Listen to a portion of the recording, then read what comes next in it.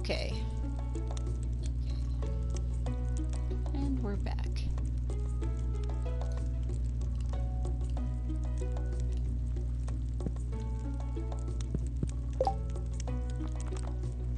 Let's see.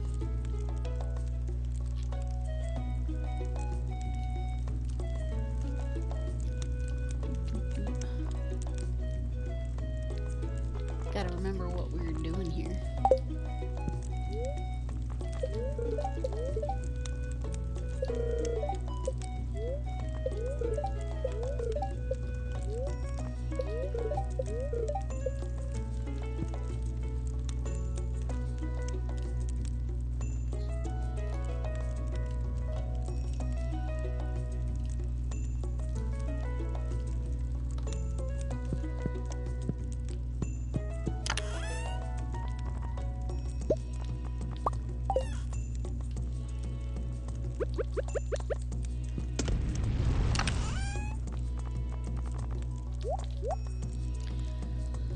I don't particularly remember what we were doing, but it hasn't been too long ago.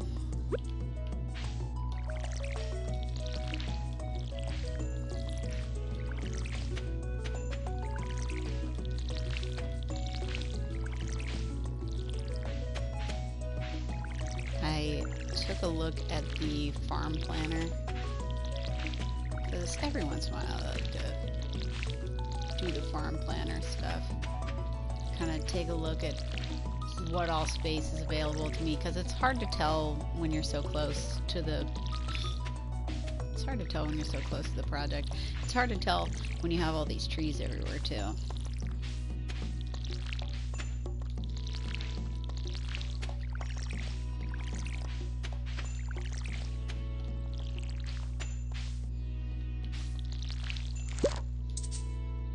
Shit.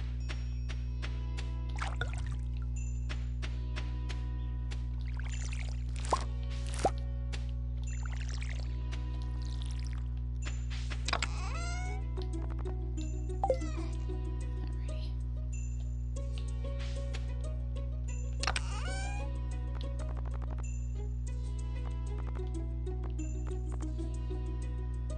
I see. Okay. Alright.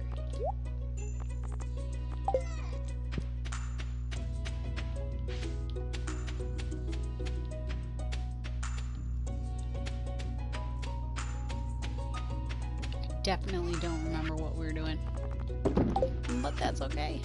We're only 10 days in. We can't be doing, can't be doing too much.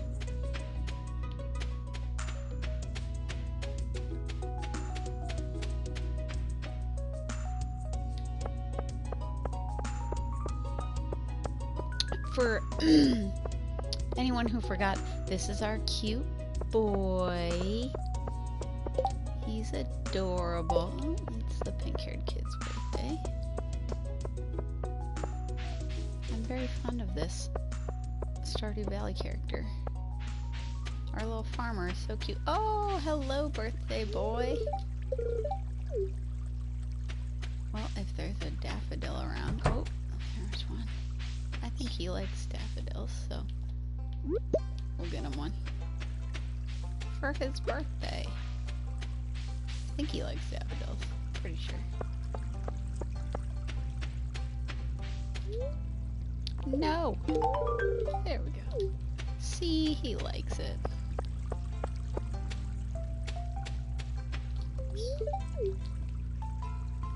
The mistrustful child. For good reason. Like, this strange farmer moves in and then starts trying to talk to you. No way, no bueno.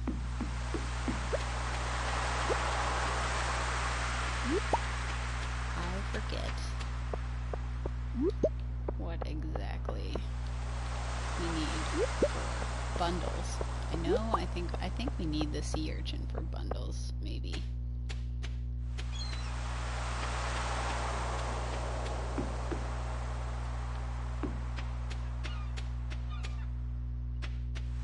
For some reason this game doesn't like my controller for that.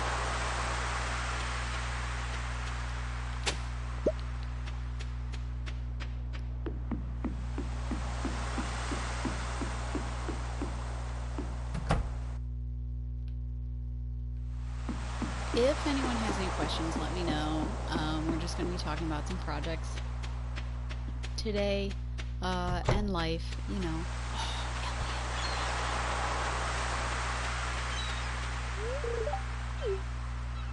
Ah, he's so perfect. I love him so much.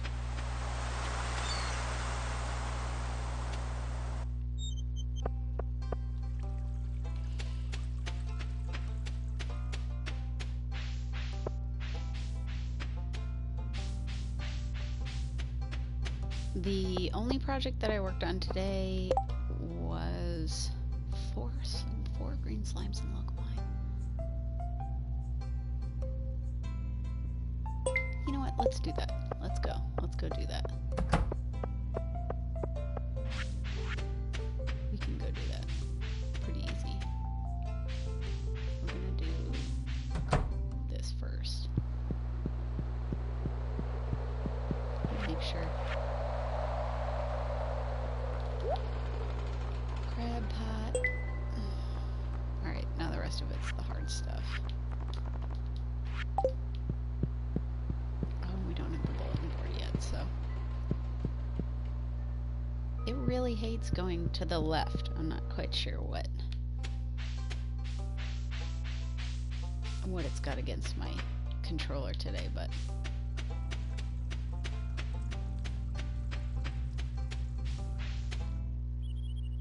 we worked on Jasper and Warren today.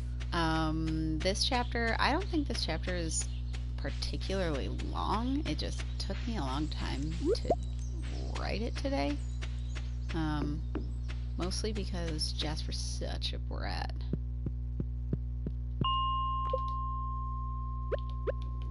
Yeah, come here, you turd. Little green turd. Yes. No, leave me alone.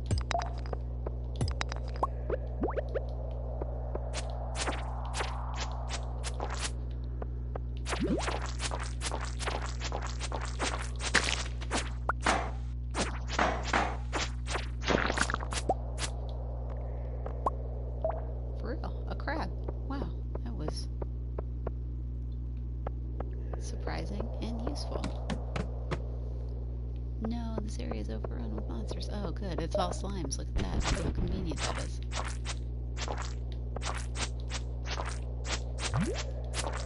You know what game I never really got into was Terraria.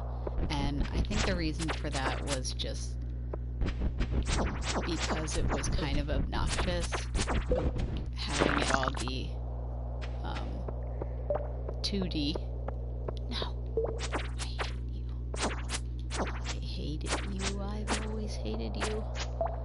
You make me touch your hands for stupid reasons.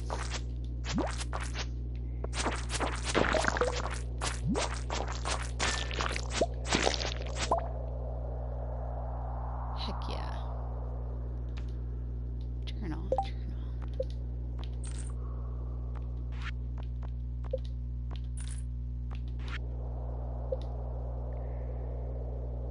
Talk to Lewis. Alright, that was a Lewis thing.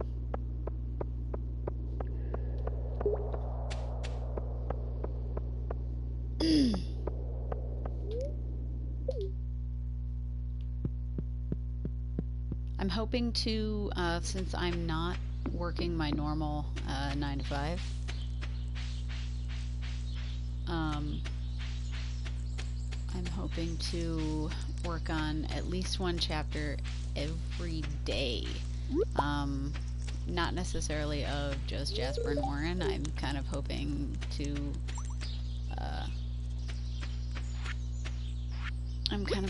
cycle through. It's sort of gonna be like what happened when I broke my arm, except for I'm gonna have both of my hands.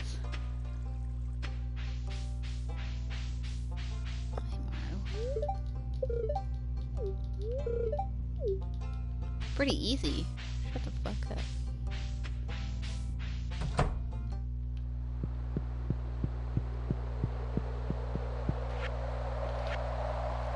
Crab.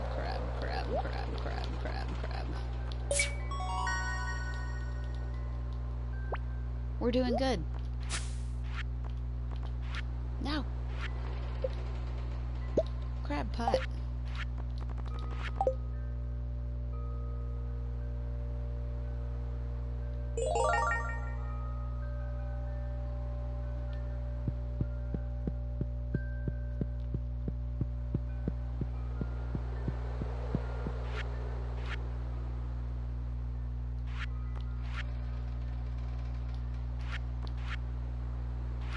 Alright. If it's gonna act like this whole time, I'm gonna have a problem.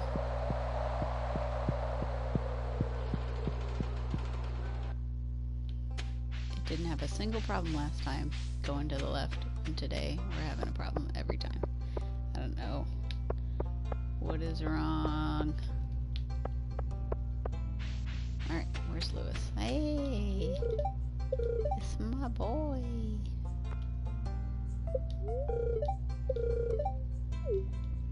Yeah, your arm's sore. You work out too much. I get it. There's Lewis.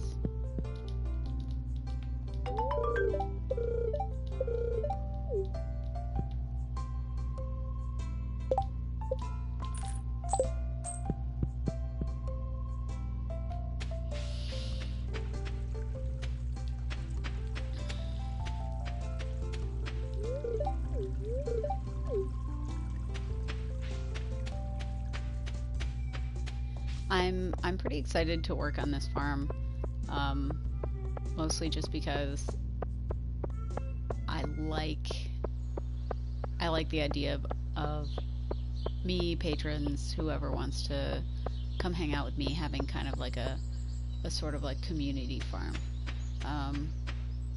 It appeals to my sensibilities, I guess. I like to work together on things. Oh, I didn't get any parsnips. That's okay, whatever. We can put spring seeds in there.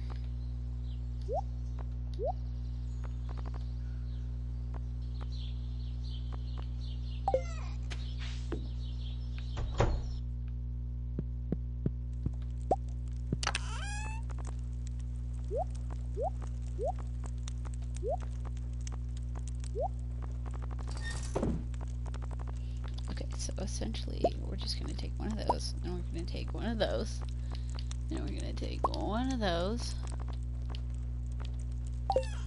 We're going to work on that community bundle. I really like working on the community bundles.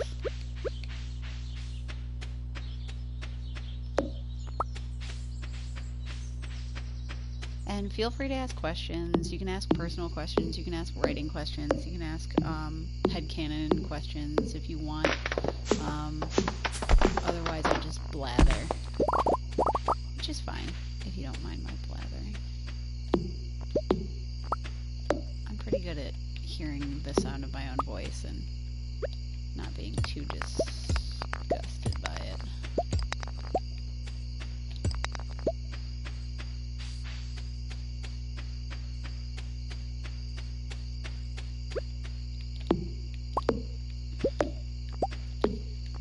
My main challenge right now is that, like, I have a lot of ideas in my head for a lot of different types of projects, and some of them I really know that I want to work on, and some of them I'm just like, wow, do I really want to work on that right now? Like, and if I don't want to work on it right now, will I feel guilty if I don't?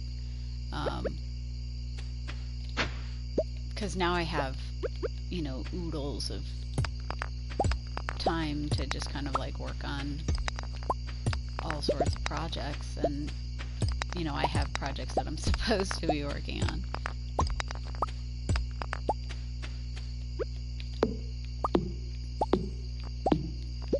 And, you know, I kind of have this idea of like, oh, what is appropriate to be working on right now, you know, because before it's all based on, oh, can I work on this because do I have the time? Do I have the energy? Do I have this? Now I have tons of time, and I go to bed fairly fairly early, so it's not like I won't have the energy.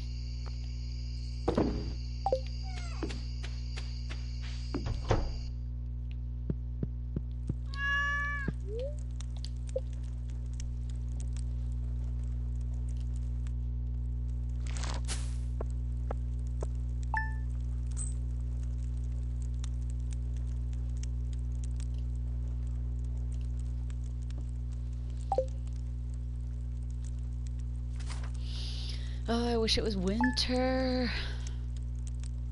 I think the first thing that I want to do is get the next upgrade for my axe.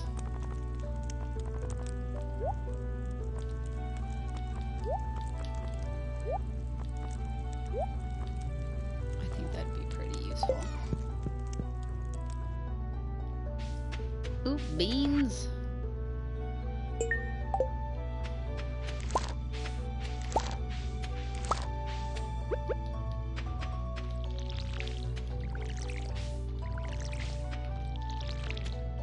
Alright, so I have to get a couple parsnip seed packets.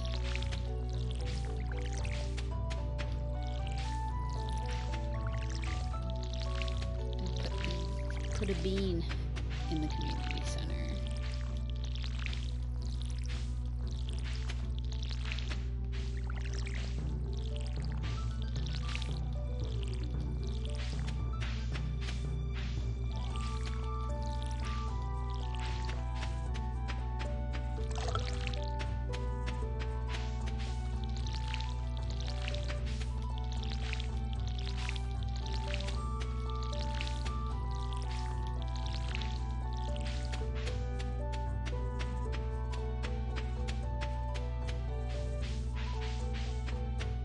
Stardew Valley is so relaxing.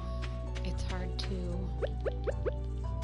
It's almost like it's hard to concentrate when you're playing Stardew Valley because it's so relaxing that you just want to, like, ease your way through it. I've been playing Animal Crossing, like you do, you know. Pretty much everybody's been playing Animal Crossing. And it's sort of like this. I have that thing where I like to clean and organize everything. And Animal Crossing definitely speaks to that. It's like, oh, you have to weed your entire town. And I'm like, oh, yes, I love weeding my entire town. And Stardew definitely feeds into that.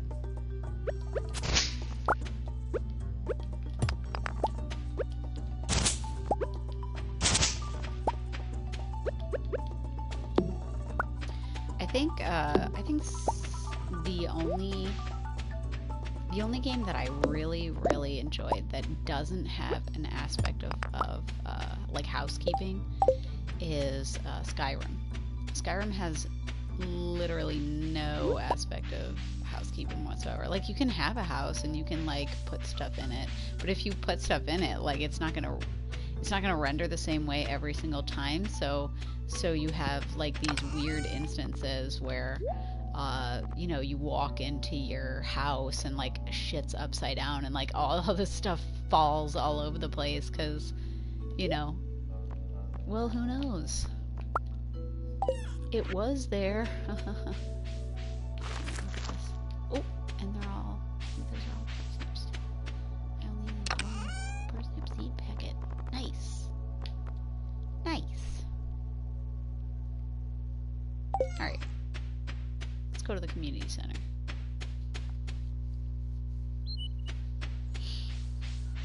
A couple ideas for, you know, projects that aren't Hot Priest, that aren't my 1932 Great Depression era fic that Uni has me writing. I've got so many ideas.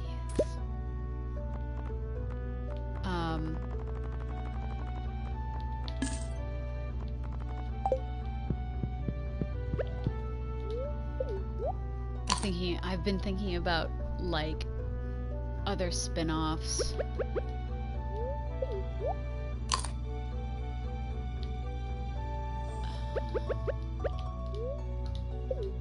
I've also, you know, every once in a while I think about the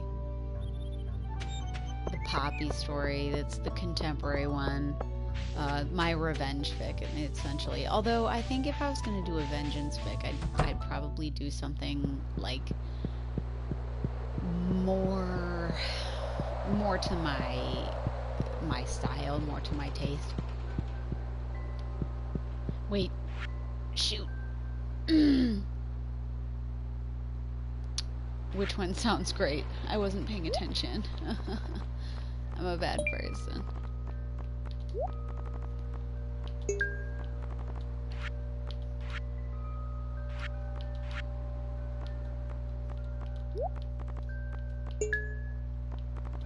Oh dear. Hot Priest. Oh, Hot Priest is gonna be so nice. Yeah, I really want to do Hot Priest. I think I might start working on Hot Priest, but it's definitely not going to be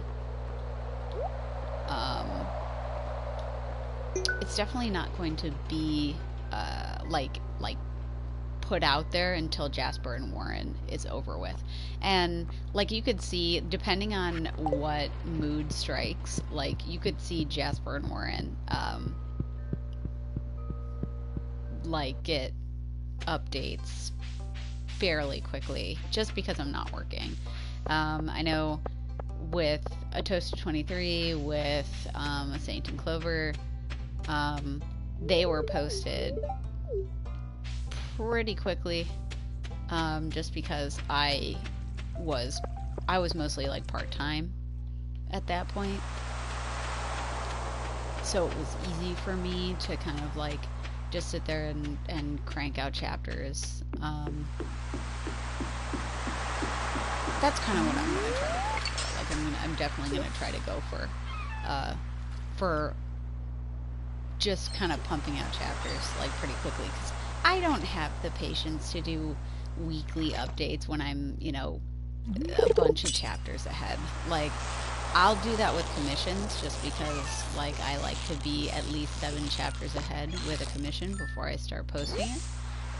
Especially because there's a lot of times that commissioners can't get back to me with changes on a schedule. And that's totally valid. So I like to be 7 chapters ahead before I even post the first chapter of any commission story. But with stories that I'm just doing by myself and I don't need validation, I don't need anybody to tell me, hey, it's okay if you post this. I'm just gonna post it. And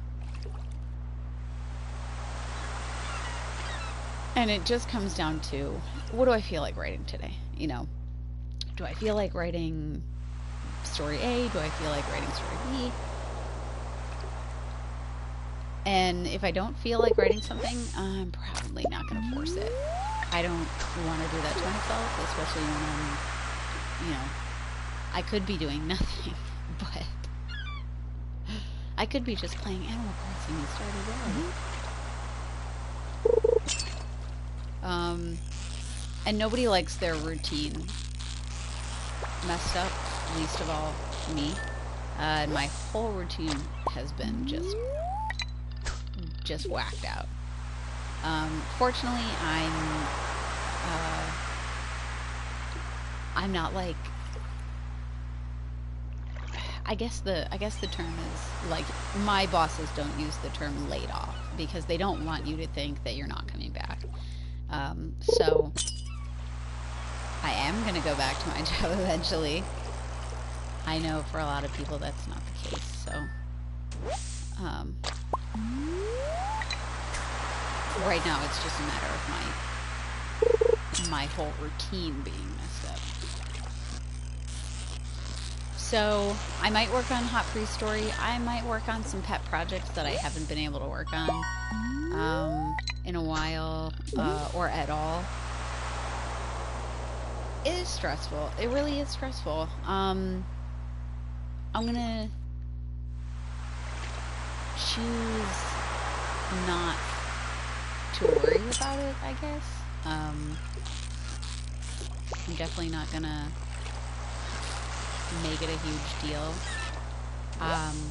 Especially because there's way more people who have way more to worry about than I do. So I'm just gonna stream my video games and write my stories.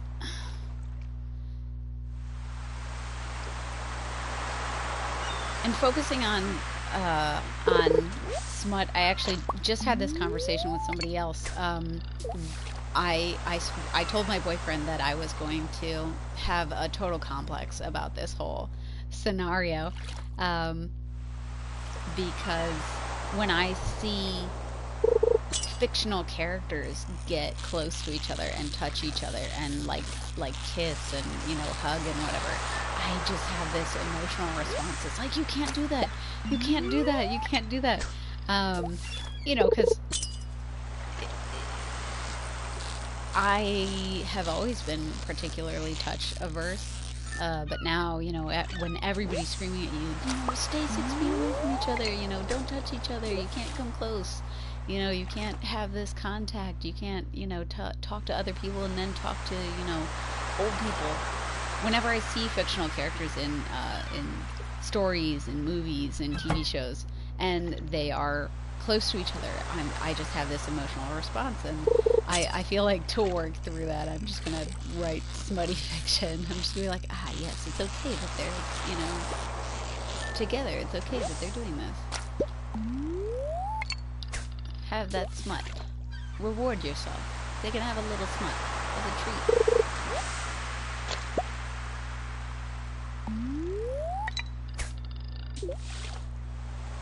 I have not seen the things that have been written about COVID on AO3. I have not searched that out. I feel like there's a lot of like people working through like their feelings on COVID, and I'm not ready to see the way that other people are working through it. Like I know how I'm working through it, which is pretty much just not touching people. But like, I don't like touch anyway, and here I am being like, ah, yes, my whole way of life is validated. I can stay inside my house and not have any, you know, unwanted interactions, and I can have people completely avoid me, which is great because I don't like touching people anyway, and I don't like other people touching me. But I imagine like there's a lot of like sick fic out there, which I personally am okay with sick fic, but usually it's like a cold, like it's not something like life threatening. I wouldn't mind a story that's like, and they were quarantined. Oh my god, they were quarantined. Like, I wouldn't mind that. Like, oh no, they're stuck and there's only one bed. Like, they personify. Wait. Okay. I'm not kink shaming, but they personified COVID.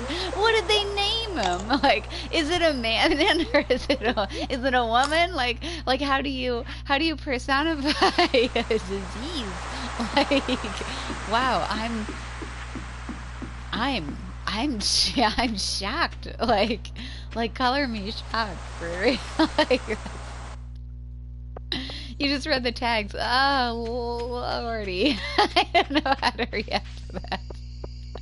Like, I'm not quite sure what the appropriate, like, response is to this. Like, I guess if you want $400 for a beer, can we talk about that? Like, I guess if you really wanted to fuck a disease, that's your chance.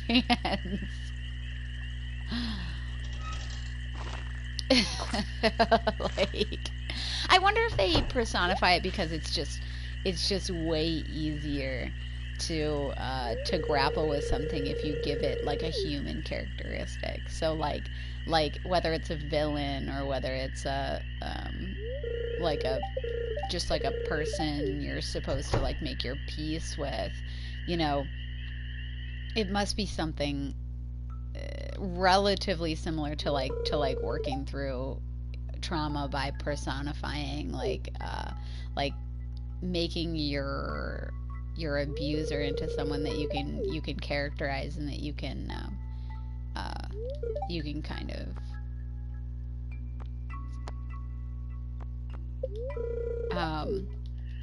you can kind of like relate to them in some kind of way so that you can make that small leap and kind of humanize, you know, the person that wronged you. But of course, since it's COVID, you know, like it's not a human who's wronged anyone. It's, you know, oh, I love Gus. It's not a person. You can't like project their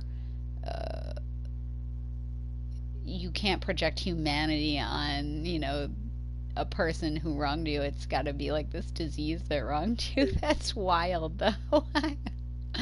Like, how, you know, like what if it was a person who was trapping you in your house and making sure you couldn't leave? Like, what if it's a stalker? Like, I guess I'm just having a hard time, you know, conceptualizing how someone might perceive COVID-19 as a person. Somebody's revenge fic. Yeah, it could be somebody's revenge fic, but how do you take revenge on a personification of a disease too? Because how do you characterize a disease? Like it's omnipresent, it's everywhere. It's you know, this thing that has kind of like taken over you know, all this. I mean, is it a dictator? Is it a that's wild to me. Like what kind of attributes do you give to a disease to make it human? So that's really interesting. That's super interesting, actually. I'm not sure what to think about that. And certainly, you know, you can't blame anyone. You know, you can't blame anyone for doing it. Like, obviously, I'm not. You know, that's some shit right there. Like, and that's wild. Wait, I have to pet my cat. Oh, maybe I can't pet my cat. I'm gonna take my revenge on this, you know, invisible thing by personifying it. Or maybe I'm gonna get my revenge on it by seducing it. That's some Bard level shit. I want to seduce the disease. Like, oh no, the egg festival.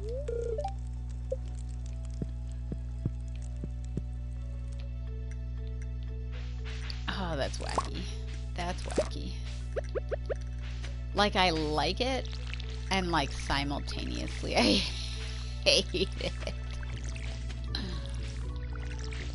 I need gold star parsnips. Come on. Some buttery bullshit. I need gold star. No, not all the silver star bullshit. I need gold star.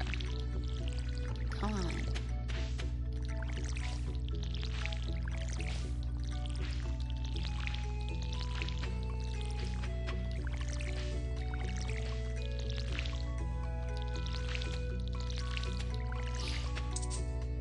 Son of a bitch.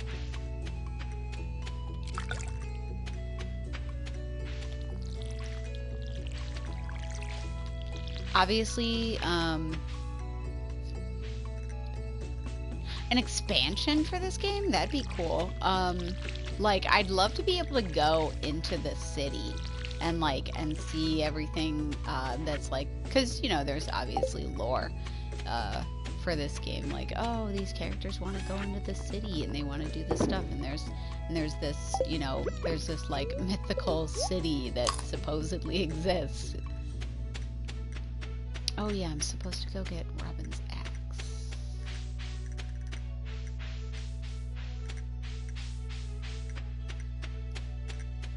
I'd love to see like an expansion based on like what the city is, and like if there's more characters that you can interact with and that you can see. I'd also like to see, because, you know, this game is like a purgatory for all these different characters. You know, if they don't marry you, none of their dreams actually come true, you know. And that's like super sad to me. So I'd really like to see, you know, how characters might achieve their dreams without, like, first of all, like, settling for me if they married me. It'd be nice.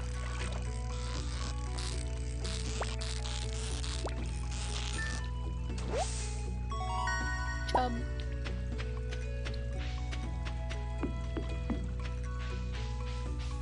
It's so sad? Why is it sad? What happens? Oh my god. Like, oh, you mean the purgatory for this game. Okay, I was like, oh my gosh, in this expansion it's sad? No. Oh, but you mean Shane. Oh my god, okay, like oh, yeah, you're right. Like Sebastian wants to get out. I like to headcanon though that like Sebastian, despite the fact that, you know, all he wants to do is leave Stardew Valley, that if he gets married, you know, it's not like a settling. It's more like you know, he didn't really see what he really wanted until he met you. You know, like. Because there is a saying, you know, you can travel all you like to escape, but you're still going to take all of your own insecurities and all of your own personal ills with you. You can't leave yourself somewhere by traveling. So I hope that that's kind of the scenario that you're working with Sebastian. That maybe it's a case of,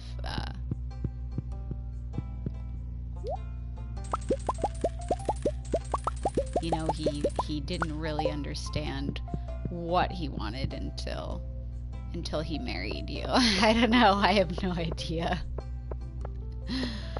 All I know is that Elliot, like, I feel like Elliot's life gets so much better by marrying you, and so does Shane's. Like Shane has such a turnaround, although he doesn't change his favorite things. Like, you know, he's still an alcoholic, and he really still, you know, you can give him stuff to drink, which is terrible, and he'll like it. So, like, he'll be like, oh, I'm giving up drinking, and then you give him a drink, and he's like, oh, except for, you know, now, because you gave me this thing to drink. That's kind of sad. I wish Shane had other things. I wish it was a little bit more immersive in that, like, Shane would alter his things that he likes based on like what your friendship level is with him,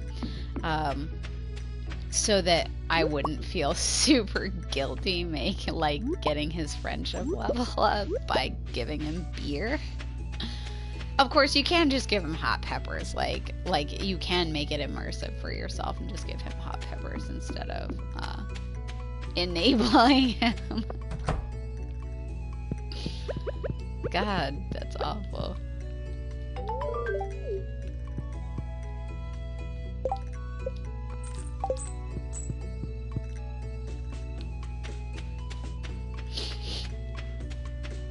Oh yeah, he likes the pepper poppers. Yeah, because he either gives you the recipe for pepper poppers or he gives you a plate of pepper poppers, which is nice.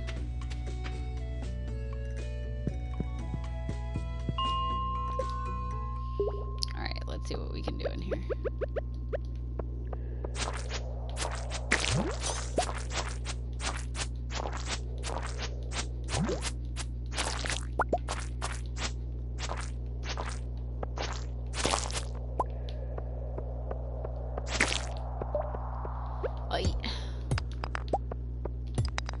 Oh, we're off to see the wizard, I guess.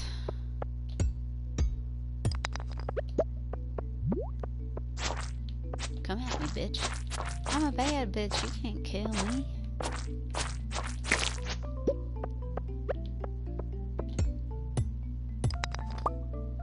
A Victorian heist. Oh, okay. Headcanon that one out for me. Like a heist on a private thing, or like a heist on a Victorian bank. That's interesting. I guess I never thought of like a heist on like any professional revenge heist. Ooh. Oh, okay. So like this alpha harmed me, I'm going to get them back by robbing them or something. I try to, there's a trope that a lot of authors utilize where their female characters, or what amounts to their female characters, do really stupid things for no real discernible reason, and whatever reason it is, it's not very smart. And I try to avoid that for obvious reasons, because I think it's blatantly misogynistic, and I think it's misguided for a lot of authors to do that to their female characters. And when I say female, in my case it would be Omega. And a lot of these things have to do with, oh, I'm gonna do this illegal thing, and it's gonna be for revenge, and it'll be like ill thought out, and like it won't be it obviously will not be like a very good thing for them to do, and they end up getting their ass saved by the male character, who's like, how could you possibly think that this was a good idea? And it's like, oh, because I am stupid.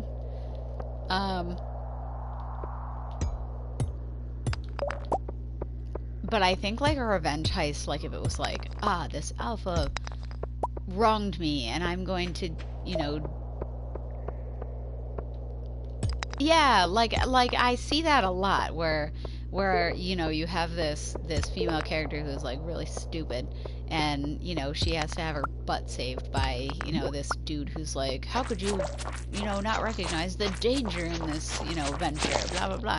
So I mean, either we turn that on its head and we create a scenario in which the alpha is the one who does the dumb thing, or we have it so that like nobody does any dumb thing, but they both want revenge. You know, because this alpha guy is horrible or whatever, or even like a beta bad guy. Although I did have, it's not necessarily a revenge fic. I had this idea in my head where Mr. Porter's son Bishop teams up with Hollow's son Lewis. Shit.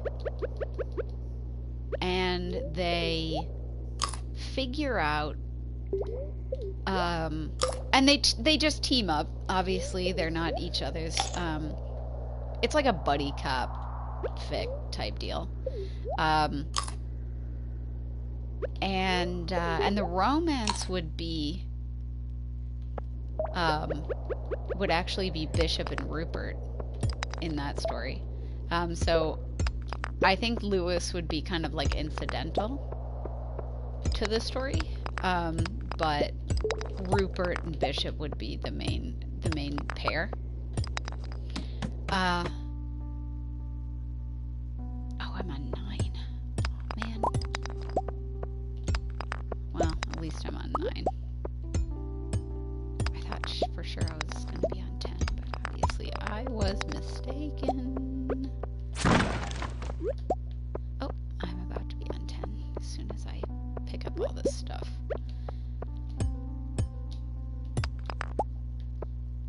I like writing families. I had no intention of doing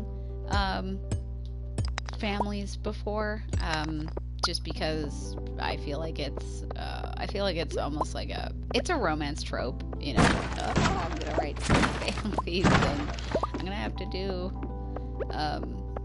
like family trees and, you know, for everybody to keep it straight. But boots.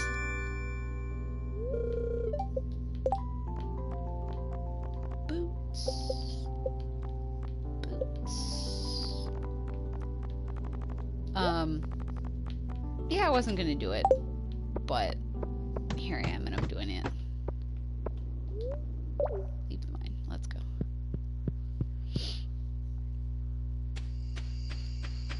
I want to do. I definitely want to do a cute story with Rupert and Bishop, and I want it to have like kind of an intense plot because Rupert has narcolepsy, and it's not really, narcolepsy isn't really where you just fall over and fall asleep. You know, it's more complex than that. And Rupert has the very obnoxious side effect where if something really intense happens, he loses muscle tone in pieces of his body. So like he won't be able to hold things. He'll like drop stuff, and he won't collapse to the ground. Like he doesn't lose muscle tone in his legs, but in his hands, like he won't be able to hold anything, and you know, his head might drop to the side, and you know, he has like a really hard time with strong emotion. So you know, he definitely has to be very careful, and he doesn't show very much emotion at all. He's very serious all the time, and he tries not to let things affect him because, you know, he doesn't want this side effect to happen all the time. So I definitely want the story to be like very intense because I want to show like exactly how Rupert's character has been shaped. What in the world was that noise? I don't even know what that noise was. I definitely want to show how Rupert's character has been shaped by his narcolepsy, and how you know, he shows. Was it a bang? It didn't sound like a bang. I feel like the meteor is usually so much like more wild than that. Could have been, yeah, like, I don't know what it was. It was like a whooshing sound. Oh, there's my cookies. Cookies! Dinner at Grandma's house cookies. Maybe it was the meteor. But where is it if it was? It was the meteor! There it is! Oh my god. It's so hideous. I always forget how disgusting it is.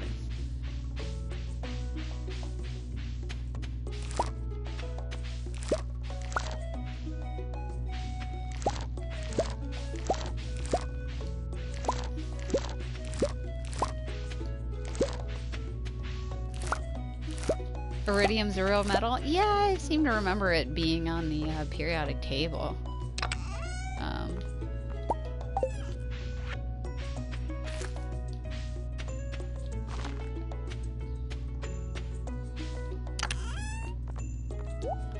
Not that I keep track of the periodic table very often, you know, very much.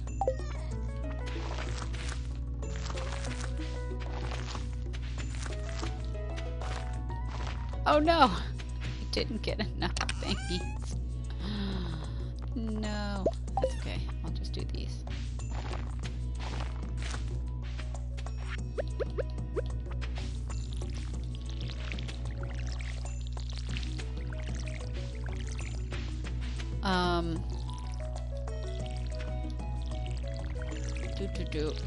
Oh yeah, Rupert and his narcolepsy.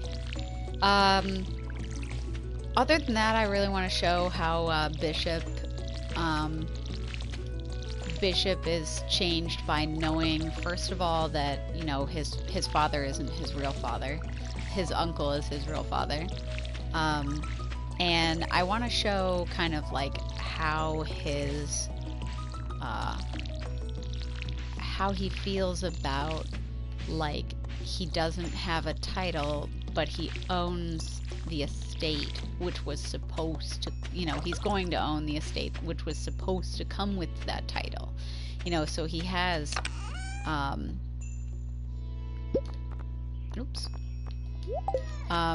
you know, he has this kind of like complicated relationship with, his biological father, because he's not, you know, and he's not telling his brother that they're only, you know, they're cousins and they're not actually brothers, you know, he's definitely not telling his brother that. And his brother's name is Sterling. And his little brother has no idea that they are not full-blooded biological siblings. No idea whatsoever. Lawn flamingo, plush bunny. I don't have enough money. Oh, I do have enough money. Seasonal plant, strawberry seeds. In spring, take 8 days to mature and keeps producing strawberries after that. I'm just gonna get seeds. There.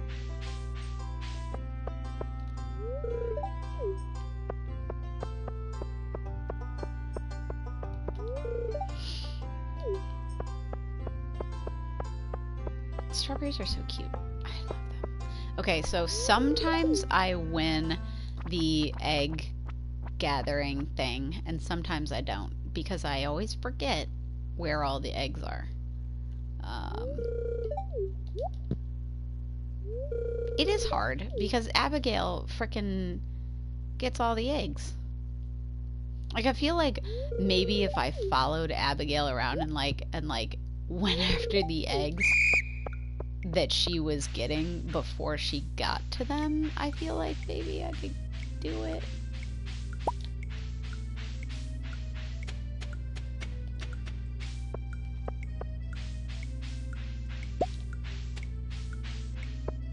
Like, where is she going? I don't know where she's going.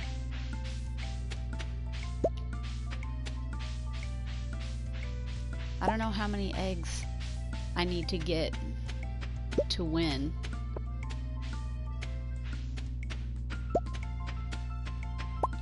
Oh, there's one over there.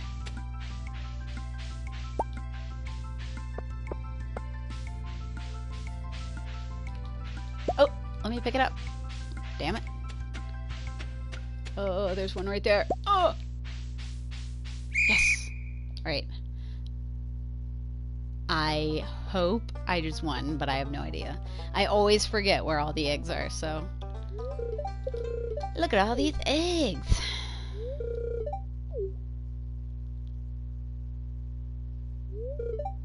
I win! Yes! Eat my ball sack, Abigail.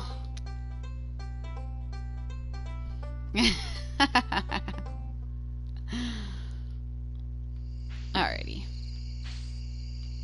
I'm just gonna save these strawberries for either greenhouse or next year. I need one more gold star parsnip, and one more gold star parsnip will do it for the community center bundle.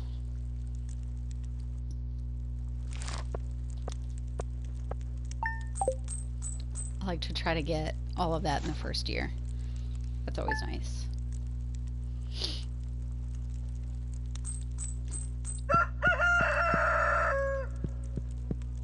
I also wanted to explore with that story the Lewis's abilities of like deduction, and obviously we've got Bishop. You know, he's playing at being a detective. You know, we have Bishop. He wants to be a detective. You know, he's kind of taking after his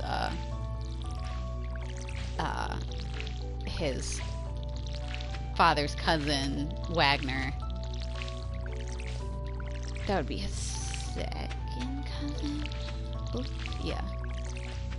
And of course I'd probably have Wagner, you know, be in the story at least a little bit, you know, kind of like his guide in the ways of the Victorian detective. You know, very Sherlock Holmesy, except for not, because Wagner's not that smart. And I really wanted to have kind of like that story where you know, Bishop and Lewis and Rupert all have this hand in bringing down Lord Mercer. But then again, I also had this idea of having of doing a totally different kind of story where we have where the romance is none of those pairs, and the romance is actually Sterling's romance and not Bishop and Rupert. Like, and of course, if it happened before I got to Bishop and Rupert, that pair would be kind of like dancing around each other, and of course Sterling would be like, oh yeah, they're gonna get married, but you know, we just don't know when, but they're being stubborn about it. You know, they don't want to admit that they're in love with each other, blah blah blah blah. But doing a Sterling romance, and he would be romanced by, and I don't think I've talked about this with literally anyone. He would be romanced by a beta. And I know, a beta. Oh my god.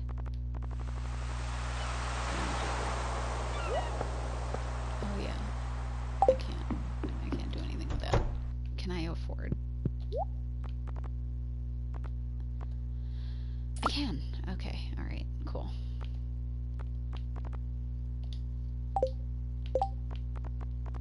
I don't want this, and I do want this, and this, and that. Ooh, there we go.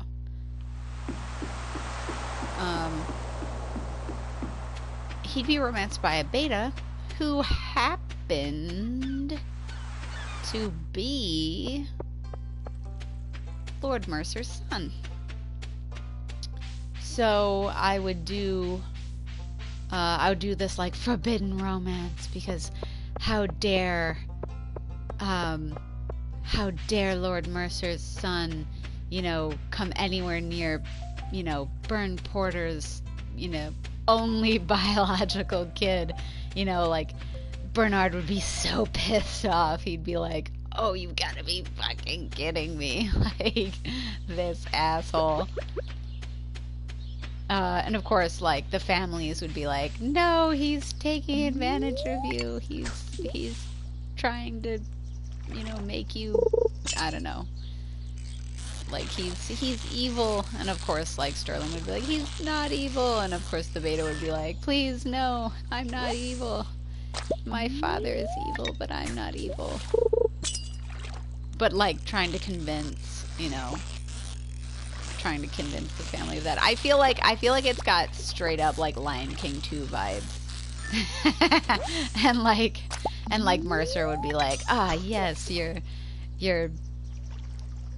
courting this Omega, because Sterling would be an Omega.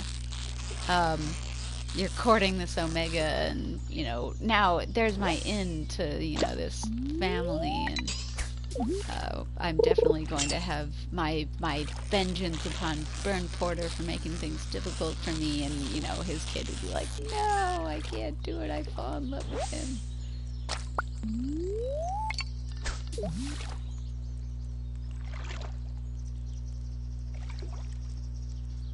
That was my one thought. That was my... I guess I have thought about that a little bit. Just a little, just a tad. It does sound fun. That would be a fun story. And I have so many just wild, crazy ideas for like all sorts of different stuff. And I hear ideas all the time, like literally all the time. There's people who are sharing their ideas with me, and I feel so blessed to hear these ideas. But also, I look at stuff and I'm like, that would make a better story than it would a Drabble. So like there's so many times that I'm just like, oh no, I can't write this because I want to write. Oh, it's a daffodil. Oh. Which we don't give to Elliot. We learned last time that Elliot doesn't like daffodils. But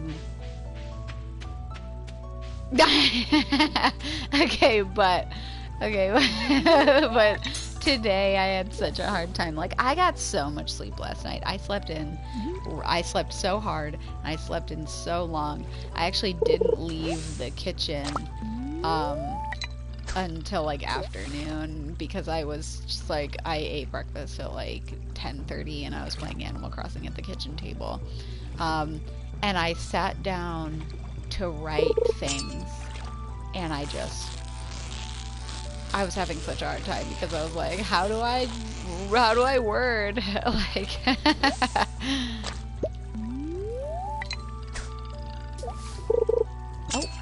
I see bubbles.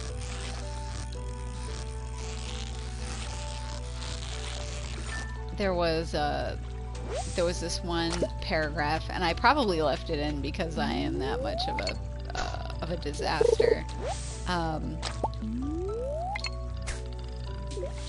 Where Jasper is trying to figure out, his feelings regarding Warren, and he's like, he's a disaster. I'm a disaster trying to write it. It's so repetitive. Like, I don't know what words to use.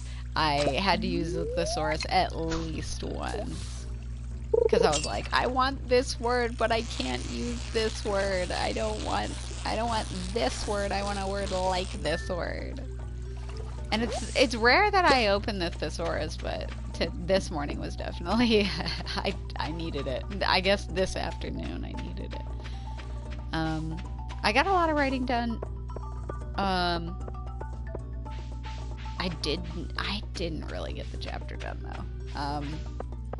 I have one last chapter of Head Nature for AO3, which I should just post. And then I think I have the end of A Stone's Throw to post on AO3. And then AO3, unfortunately for them, they are still getting just weeklies because I have to have time for things and stuff.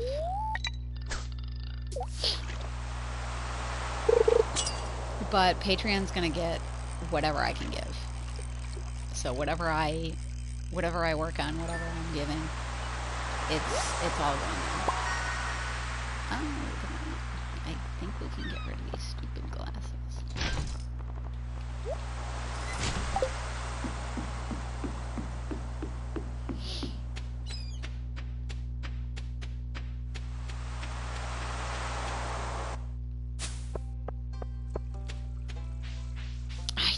I have so much shit. It's nuts. They're probably getting That Most Human next on AO3. Oh gracious. Mostly because there's a dandelion. I really like That Most Human, and I think it'll get a good amount of traffic. I want to focus on getting more traffic. I know that ABO is kind of like a niche area, and so many people like different types of ABO.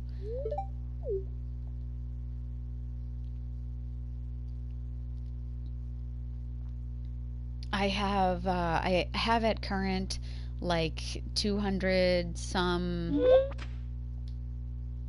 subscribers on AO3, and I'm hoping that I can somehow, I'm not very good at marketing myself because I just have this I'm averse to saying like, hey, you know, look at all my stuff, I'm awesome, you know, because I think everybody has that.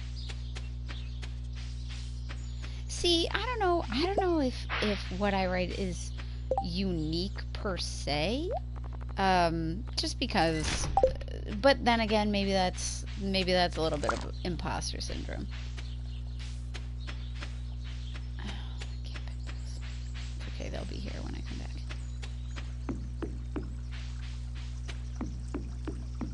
Like, I don't want to toot my own horn. I'm not the type of person who like goes around and is like, I'm great, I'm awesome, you know. Oh man, I can't do that either. Damn. Man, too much shit.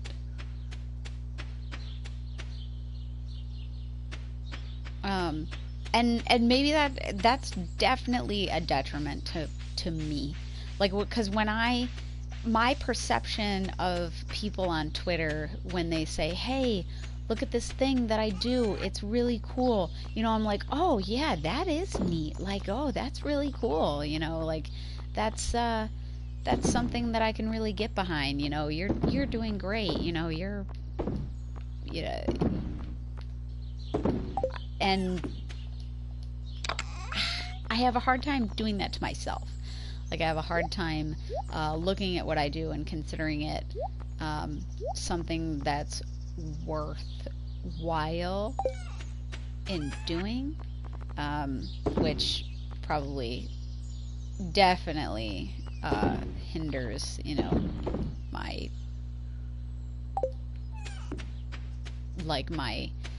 advertising skills. Like, I don't have this image of myself as author. I have this image of myself as, oh yeah, I write weird fucky porn. Like, instead of, yes, I write cool plots and cool characters and neat stuff. I'm just like, nah, I write fucky porn. And I did become, you know, I do have a pen name, but I did become a little bit more outspoken about the stuff that I do, because I posted it to I posted it to Instagram and I was like, hey, you guys are not allowed to talk to me about this. Like, I know the majority of my Instagram followers in person.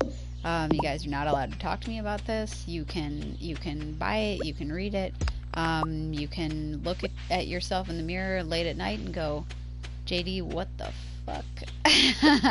But you're not allowed to talk to me about it.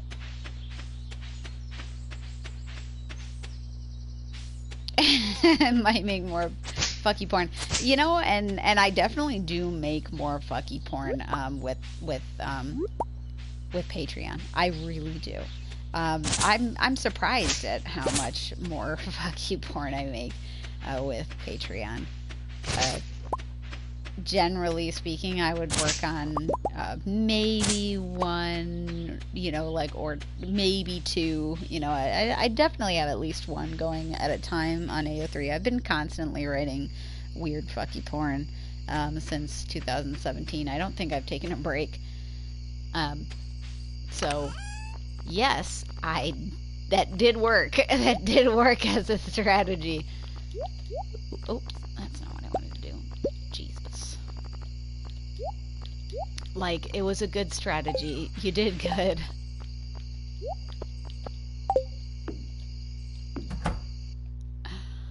And I try to have interesting plot lines. You know, I want them to be engaging. I want them to be something that everybody can get behind. And I could definitely do like a heist.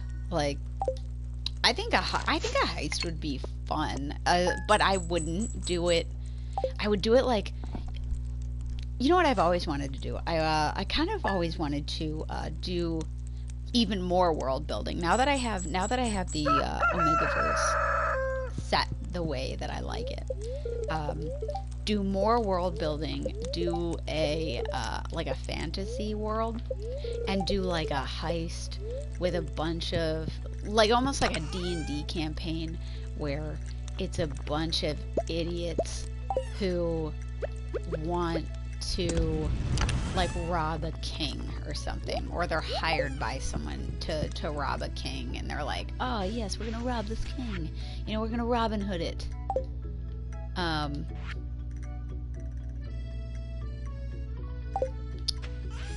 And you know, we're gonna Robin Hood it, and we're gonna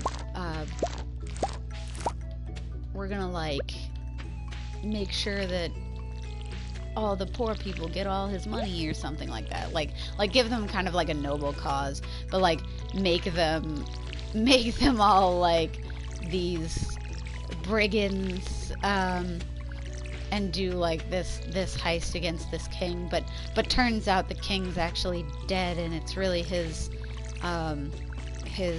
you know, Omega son who's posing as a beta or something, you know. And oh, I got my last parsnip. That's a fucking gold. Nice. I think that would be fun. Like his Omega son is posing as like a beta or something, and he's just trying to keep the kingdom together, and you know, and maybe there's like a weird, like something weird that we don't know about going on in the behind the scenes. So like in Fable 3, yeah, I'm bringing back Fable 3. In Fable 3, you know, you had like King Logan, who was a total douche like a total, I was gonna say douche monkey, but I don't like that. I don't like that. It doesn't ring. I'm gonna say douche nugget because I like that better, and it doesn't offend me. So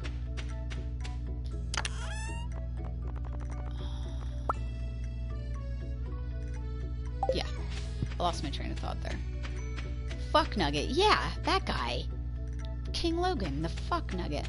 I never behead the dude just because, like, I can't. I don't believe in capital punishment. I can't even this fictional character like I could do it in a story, but I can't do it to Logan like in Fable 3. But like there's this horrible fantasy thing that's gonna destroy the world, and he's just trying to like save his people, but his people don't understand that because, you know, he didn't fucking tell them.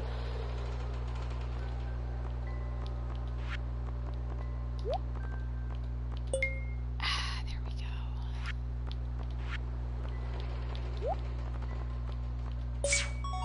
Nice.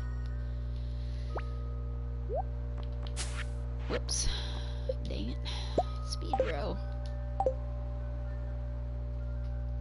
I almost never use speed grow.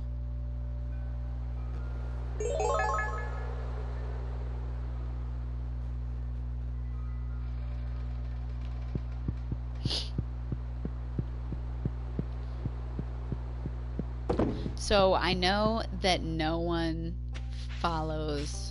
Oh, are the salmon berries out? Oh, the salmon berries are out. It is expensive to make.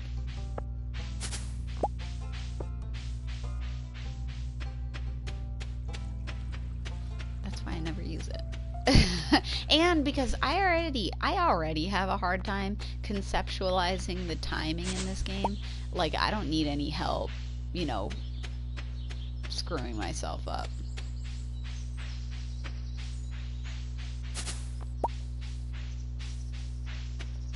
Like, they're like, oh, well, this is gonna take 8 days to grow. And I'm like, oh, I've got plenty of time. And then it's all dead. Because, like, I, for some reason, cannot count.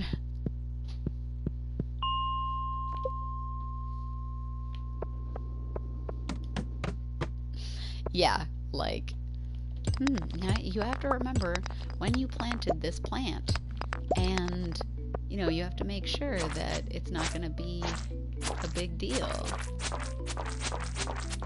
Like, and also, you know, it's like, oh, these beans, they mature in 12 days, and then you get however many days to where they just keep producing, and you're like, okay, but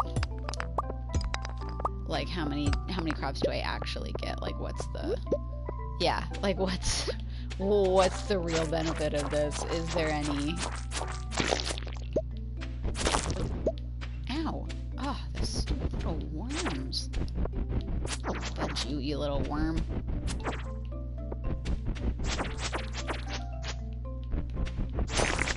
There we go.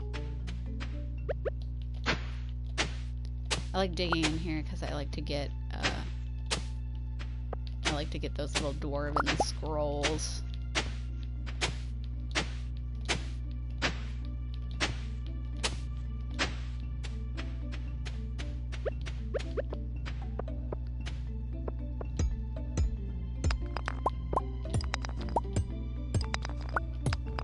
What, dig in here? Oh yeah, you can dig in the underground. And not only that, but you can get like you can get those cave carrots out of the ground, and you can eat them. Like if you're running out of endurance, yeah, see cave carrot. And they're actually pretty. They're not uncommon. So like usually you can, you know, if you're kind of running low, you can be like, oh, I'm gonna try to find a cave carrot, and like usually you'll be able to find a cave carrot. Yeah, like you can also make like root like platters with them, which is nice.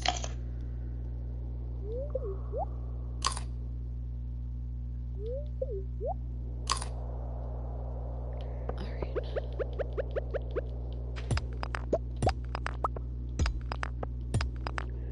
Oh, there it is. I don't think we're gonna make it too far, because I feel like this is where the Buzzy boys come from, and I am uniquely unprepared for that.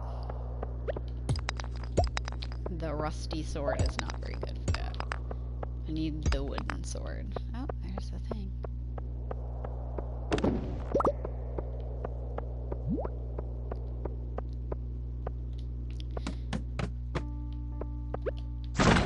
get all the way down to 15. Yeah, there's the little bees. I hate these guys. These little fuckers. Oh, and of course there's one.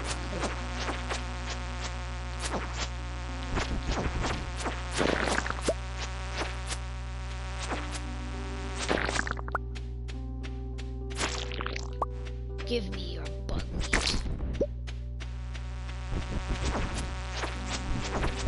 No! Stupid worms.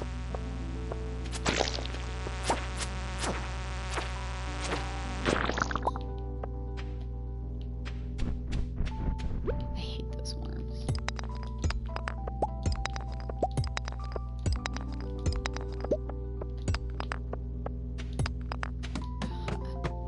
Oh, we might make it.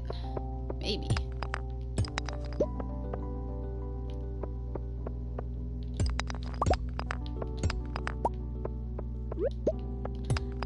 I like having super overpowered swords. That's my favorite thing.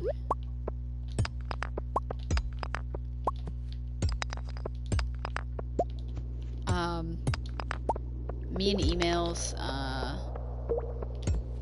save file on the PC I really like because she let me get a nice sword. So I could just fuck everything up. I really like doing the combat.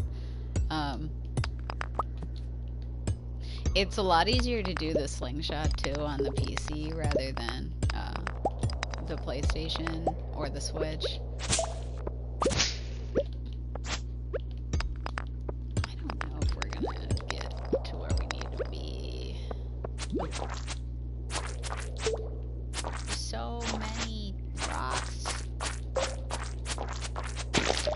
Oh, there it is. Ah, yes, that's what we needed.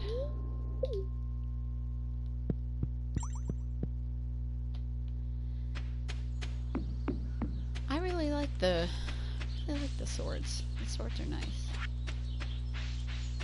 They make me feel happy.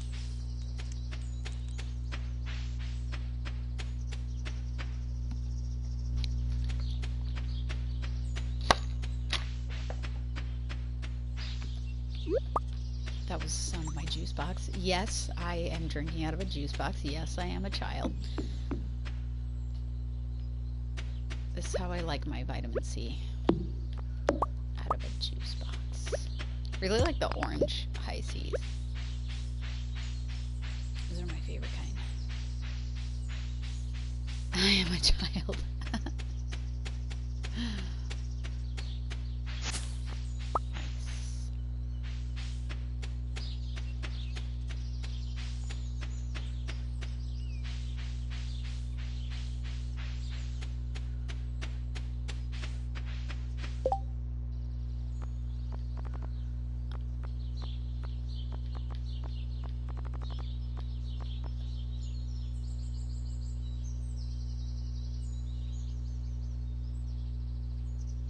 Yo, why wouldn't you be allowed to have high C as a kid? Like it's literally your daily, it's your daily vitamin C. Like it's got 100% your daily vitamin C.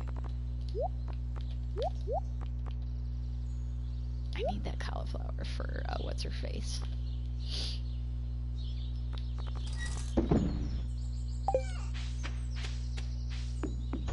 Jody? Is it Jody who likes who wants the cauliflower? I don't remember.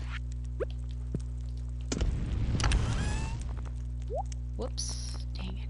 Did it again.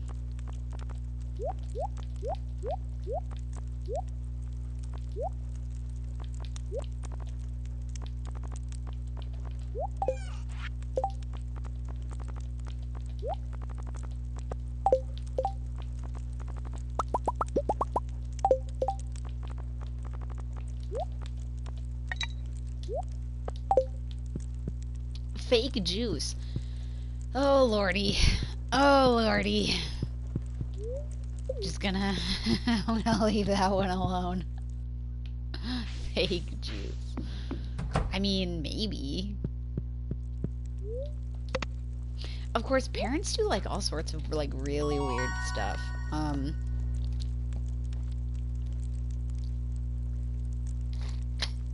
Now that I'm almost 30, I understand like where my parents were coming from with a lot of stuff. But there's still a lot of things that I'm just like, wow, like, Mom, what were you thinking? Like, did you really think? Like, for example, my parents don't believe in therapy. Why my parents don't believe in therapy isn't that they think therapy isn't useful. It's because back when you know, therapy was popular for kids to get, I guess. It was like back when like kids were being told by therapists that they were repressing that their parents or like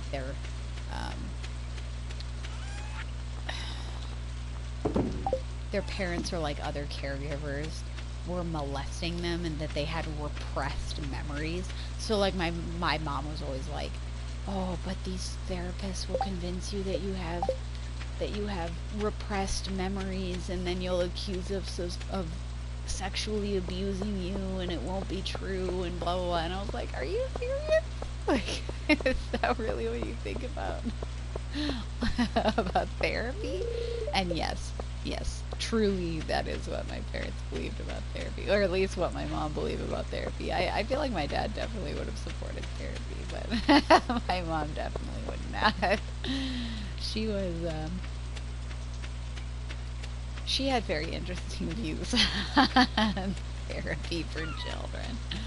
Just because you know, there were cases of these therapists that were like, oh, you know, you were groomed by your parents into being in these satanic cults, and like these kids would be like, my parents made me join the satanic cult, you know, and it's like, show me on the doll where she hurt you. Oh no, what the fuck? Like,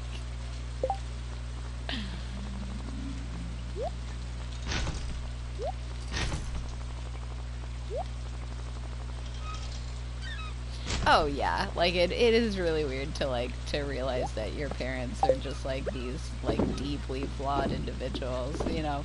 And like normally I can completely understand where my parents are coming from. Like it's totally within my grasp, you know.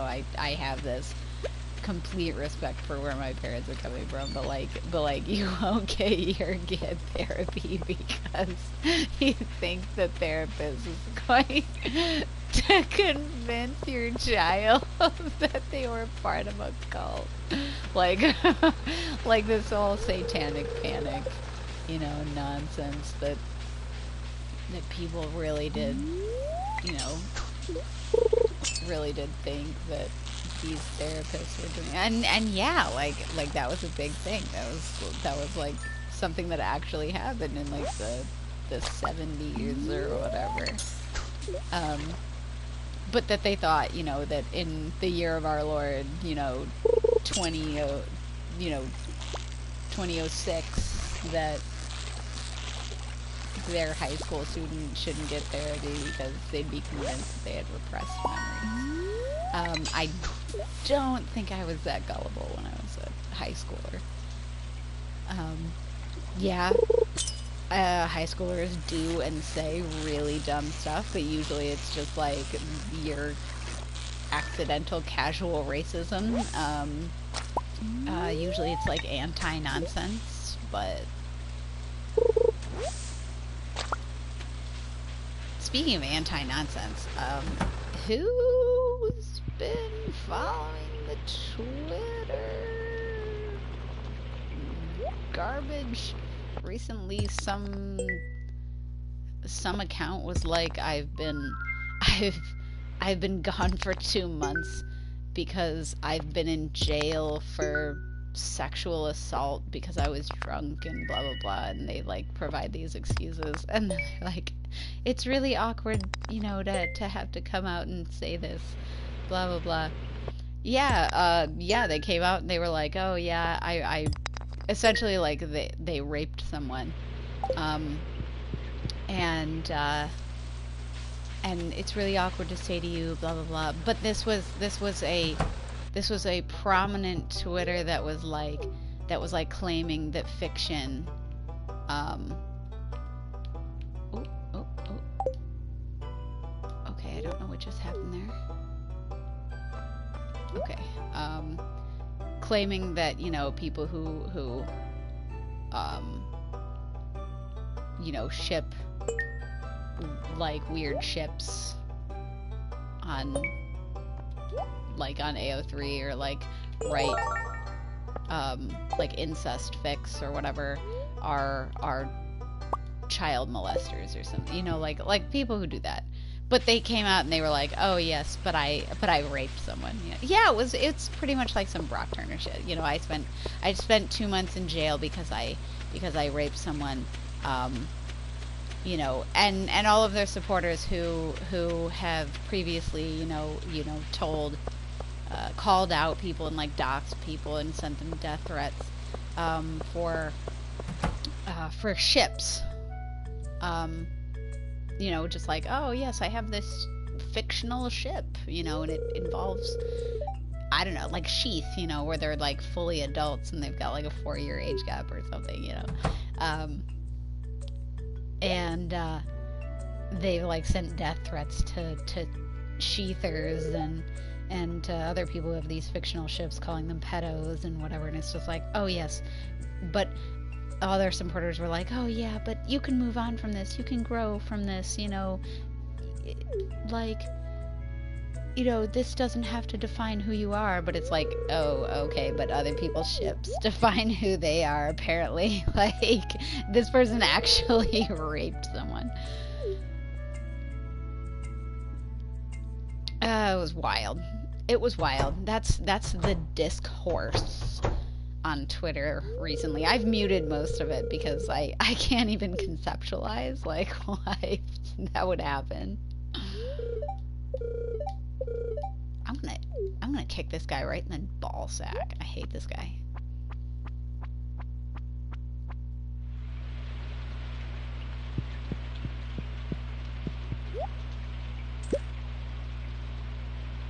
How many days do I have left?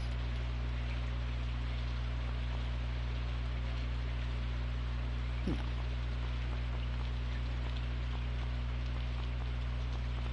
Okay.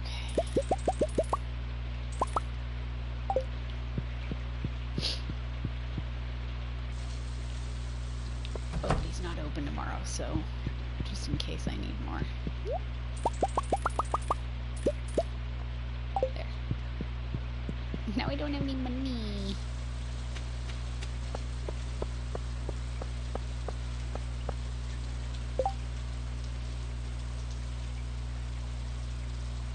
Okay.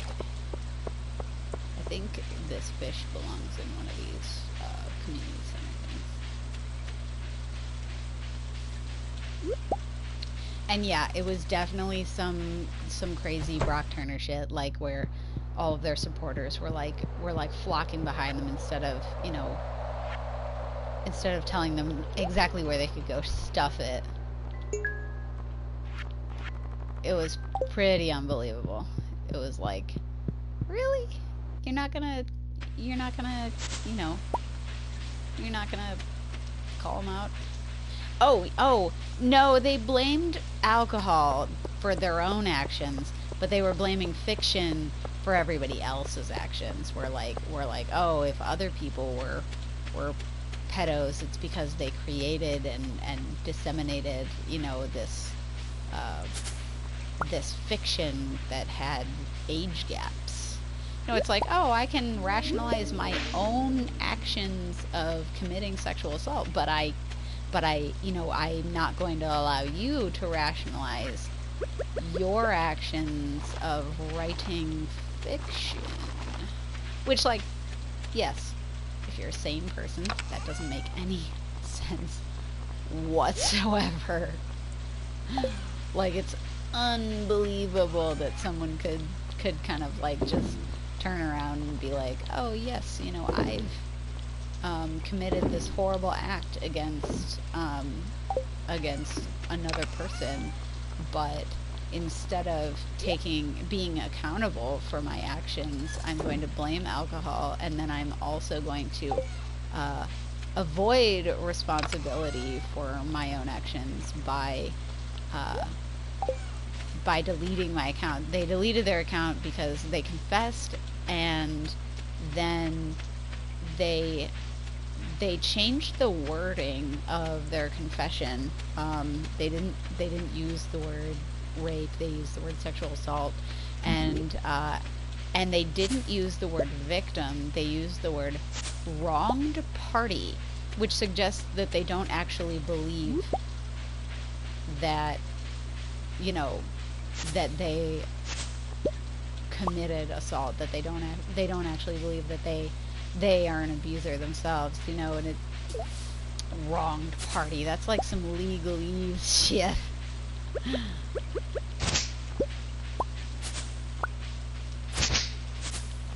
It's like they read too much of the legal statements and forgot that the person that they assaulted was a human.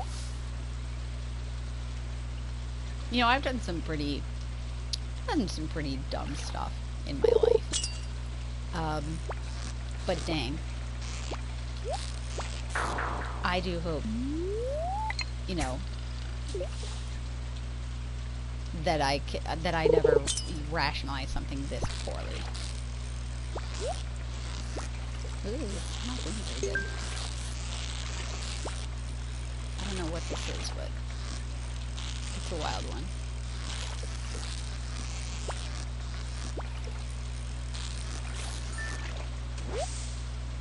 Oh, it's a catfish. How cute. Hey, catfish. I do seem to remember the catfish being a particularly difficult one to get,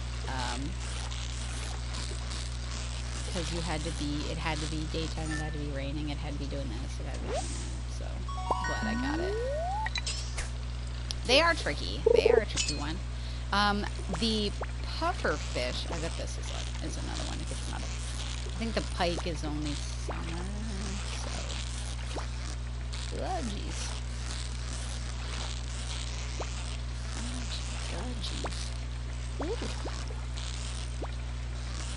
The puffer fish is very hard too. I worked so hard for this stupid fish.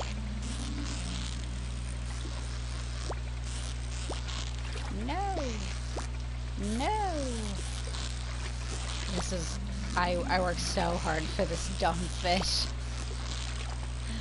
Stop it! Oh god, no!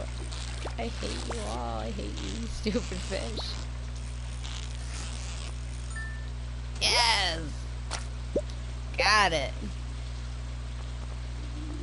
And it was a stupid silver star. I hate you. Got him.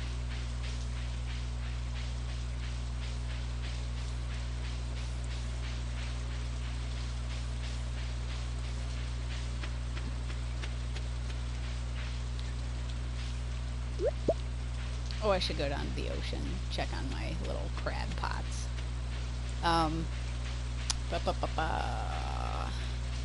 Like, I can think of very small incidents from my childhood where, like, had I been held accountable, like, it would have been pretty, like, nasty for me.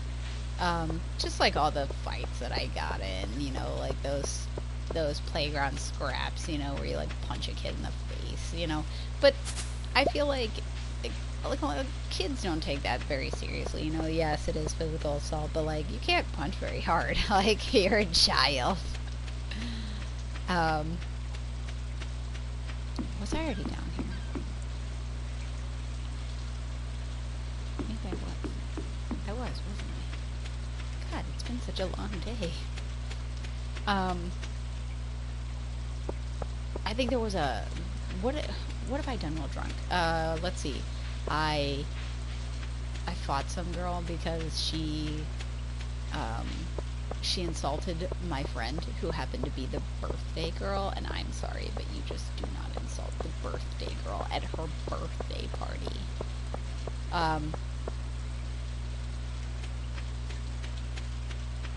But gosh.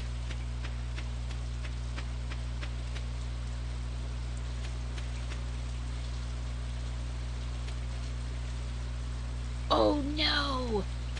Oh no! Oh no! That's so relatable though. Like, that is just so relatable. Like, oh no! Why is that so funny?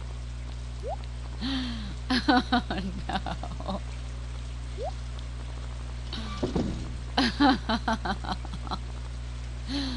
That poor expensive vase.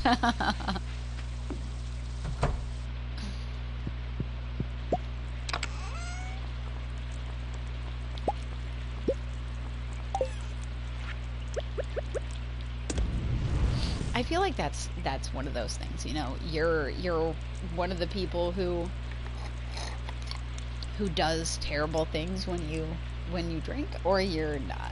And like, when they say, you know, there's that college saying, you know, that drunken words are sober thoughts, and you know, if you're out there drunkenly sexually assaulting someone, you know, are you thinking about that power fantasy, you know, when you're not drunk? You know, what kind of person are you? What are you doing? You must have wanted to do it, you know, and obviously, you know, nothing stopped you. I've been pretty drunk in my life, like to the point of I don't know about blackout, but I've been pretty drunk. I lived above a bar. Like, I've had my fair share of drunken, weird moments, but I've never done anything that I regretted. Ever. Like, to the point of like, wow, oh my God, you know, like, how could I possibly do that? You know, like, usually it's like a, what did I do last night? Oh, ha ha ha, silly me. Like, it's not, oh no, I accidentally raped someone. You're like, that's not a thing. That's not a thing. You don't just accidentally do shit like that. And then, if you're really embarrassed by what you did, what the hell are you doing telling your Twitter followers about it? Like, there's some things that Twitter just doesn't need to know. And one of them is why you were gone for 2 months. Like if you're not proud of it, why would you broadcast it on Twitter? If you didn't think 100% that you would be forgiven by your weird, twisted followers, why would you ever admit to it?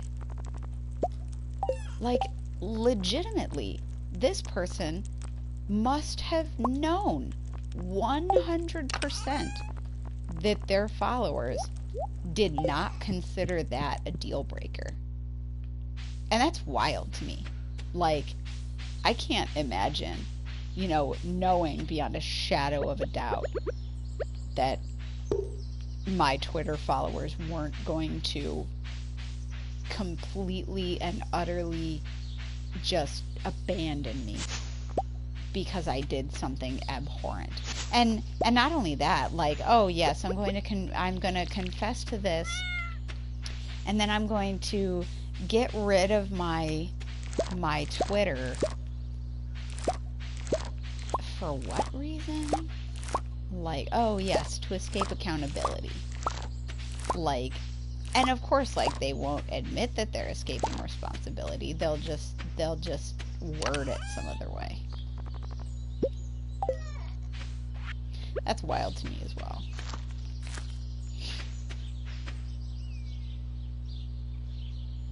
Yeah, like if you do something like that and then you admit to it on Twitter, you must not think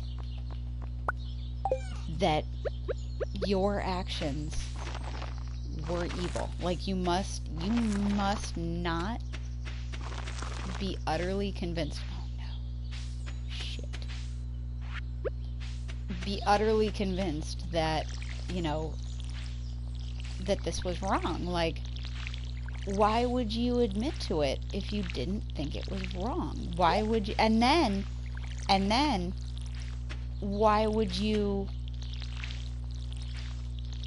like, when people actually were talking about it, the way that you must have known that they were going to talk about it, i.e., wow, holy shit, this person raped someone, and you know, their history of posting suggests that, you know, they think this is abhorrent, but obviously they can't think this is abhorrent because they did it.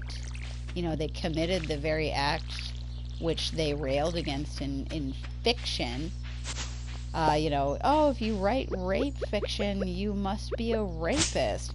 No, that's you, sweetie. Like, what? Like, for real. That's crazy. Oh no, that's cauliflower. It's not gonna survive. Whatever.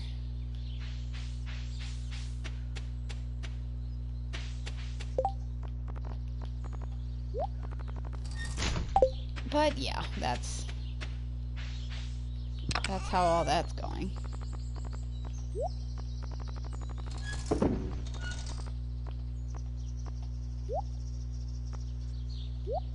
I don't know what I'm gonna need for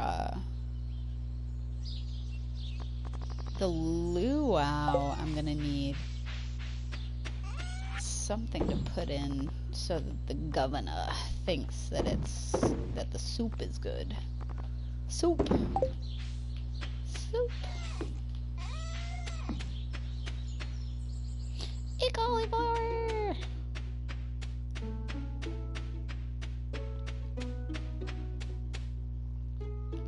This game is so relaxing.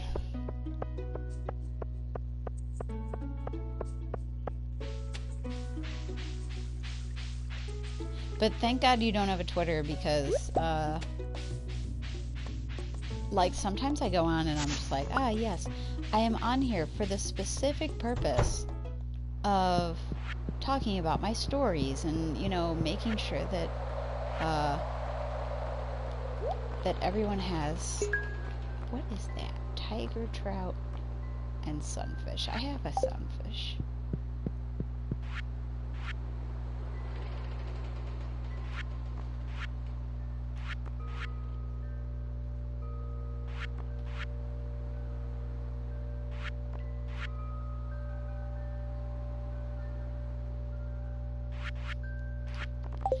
Okay. The music is so nice. I love autumn's music. I like summer, but I like autumn even more. And I have a special place in my heart for winter in Stardew Valley because I feel like I get so much stuff done in winter. Like, it doesn't make any sense for me to think this, because you don't, you know, I had a sunfish. Oh yeah, it's right there. Alright. Can't get tiger trout until summer, I'm pretty sure. I have one of those. Do I have anything else that I need? I feel like I need a moral for something. I'll take it with me.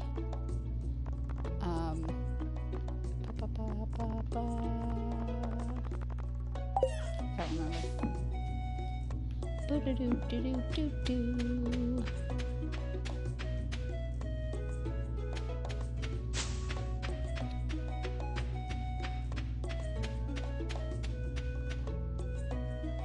I get distracted on Twitter a lot, where I just like am rolling around and you know, and I did get distracted the other day because some boob was bad-mouthing Omegaverse again, you know, and it comes around every once in a while where like somebody will say, oh, Omegaverse is inherently problematic, you know, and as an Omegaverse writer, you have to be like, okay, but what you think happens in Omegaverse isn't what happens in Omegaverse. You know, there's a lot of people speculating, you know, like, oh, it's all about gay men, and I don't like it because I'm a gay man, and I'm like, okay, I recognize that you identify this way, and I totally think that's completely valid, but also, I write lesbian Omegaverse, so, come at me, broski. Like, I don't write what you think I write, so you literally can't tell me what I'm doing when I write Omegaverse, because you have no idea what I'm doing.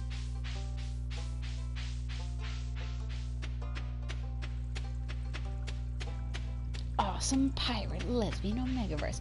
Well, and somebody else was like, wait, male female Omegaverse exists? You know, because I don't know where these people are getting their Omegaverse, but obviously it's not me. You know, because I'm like, yeah, it exists. First of all, like male female, like male alpha, female omega actually exists in like small mainstream stuff. So like, yeah, it exists. Not only does it exist, it exists on a pretty large scale, and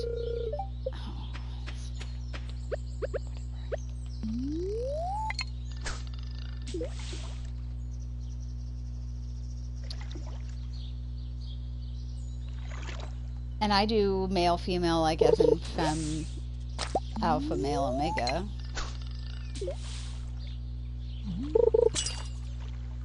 And not only that, I've done male beta, female omega. Like, I mean, God. Like, really? I've done male alpha, female beta. Like, I don't understand, like, where this is coming from. I see a ton of alpha, omega, female stuff.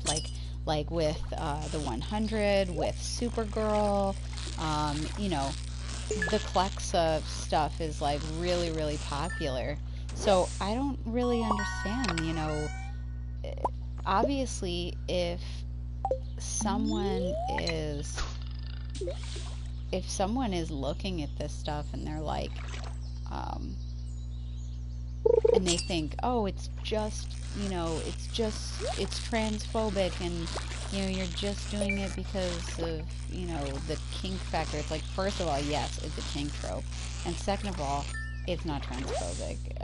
I've got way too many trans readers for me to ever think that it was transphobic. Like, I've had people tell me all the time, you know, it's like looking at trans issues, but through a window rather than a mirror. And if there's anybody I'm gonna believe about stuff like that, it's people who read my stuff. I didn't know you were trans.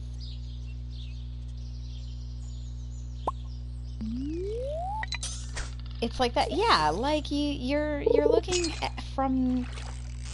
it. Not. I feel like, and especially as a woman, you know, looking at Omega issues, you know, kind of projecting that misogyny onto Omega characters, kind of working through it through the Omega characters. I don't have to read the story of misogyny. I live the story of misogyny. So, you know, when it comes to trans stories, you know, sometimes you're in the mood for a trans story, but also you might just be in the mood for a story that's sort of like a trans story, but not really. Why do you need your story put in your face?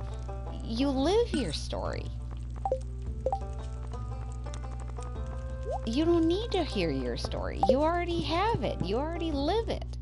So, you know, you look at it through a window instead of through a mirror, instead of somebody being like instead of a cis woman like myself, you know, saying here's because a lot of people say, you know, you could just write about trans folks, and I'm like, okay, but I can't because I'm not trans. I'm not comfortable enough to write a trans story that is that has to be 100% realistic.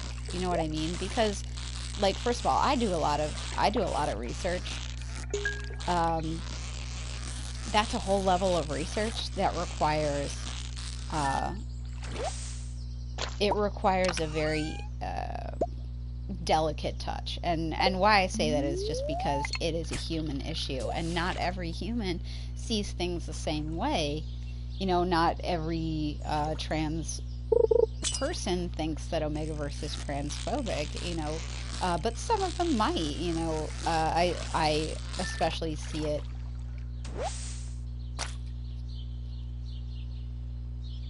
Yeah.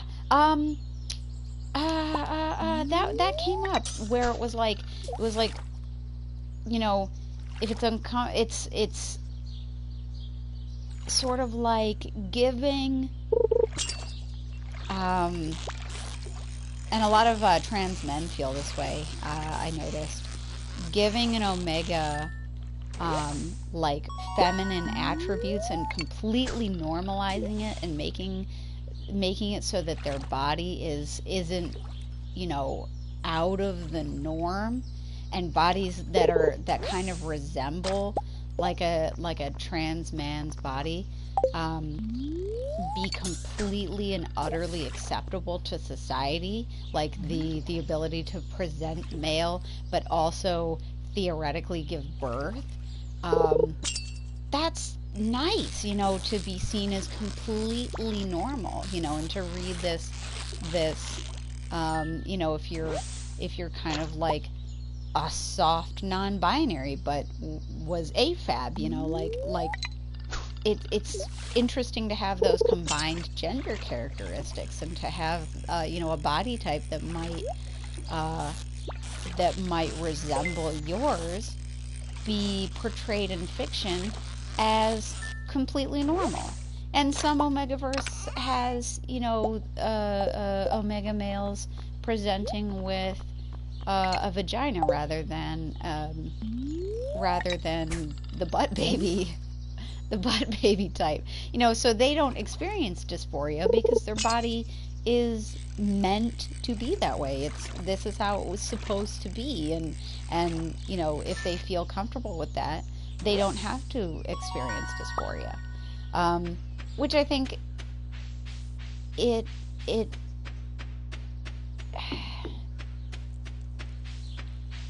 and I can't fully speak to this because obviously this, you know, it's not my struggle. But, you know, so many readers of mine have, you know, reached out to me and said, you know, I really appreciate what you're doing, and I really appreciate, you know, how you're doing it. And I can't imagine that, you know, if one person on Twitter saying, oh, this is transphobic is going to ever stop me. You know, like, oh, you're a terrible person, you're transphobic because you write Omegaverse. It's like, you know what? Get a hobby.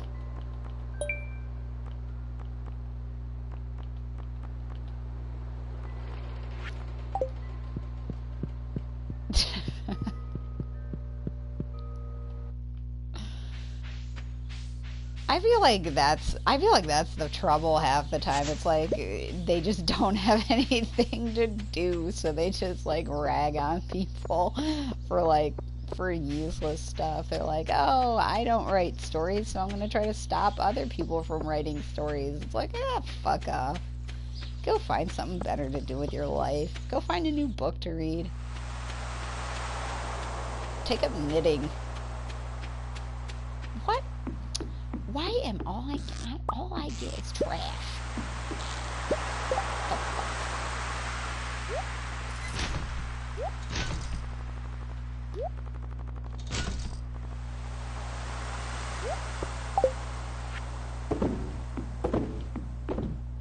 maybe all I'm gonna get is trash there. Maybe I should move them.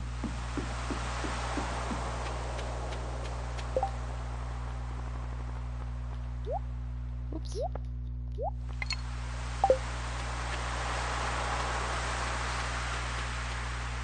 That's another thing about like campaigns of of anonymous hate. You know, where they're like what's Abigail doing over here?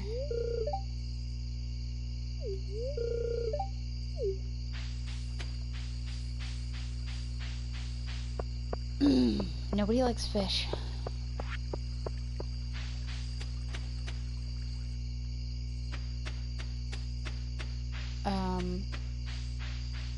I say a lot.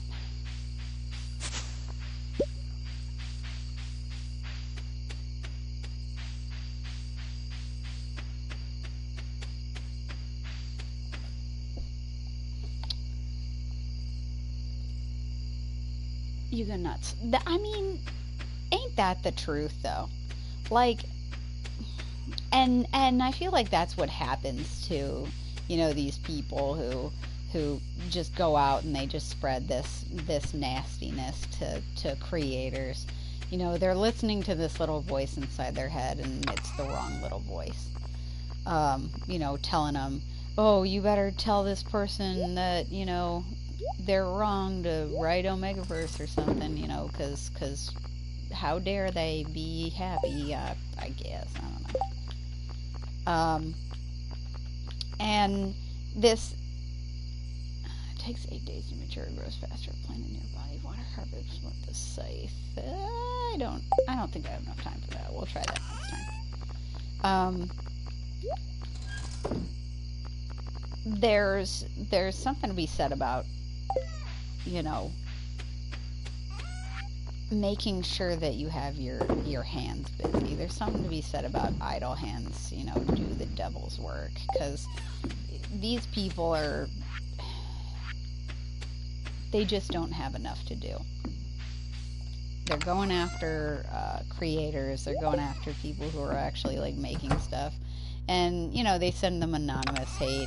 And I've had people who I'm pretty sure, like I'm 99%, you know, they don't speak English. They don't have a very good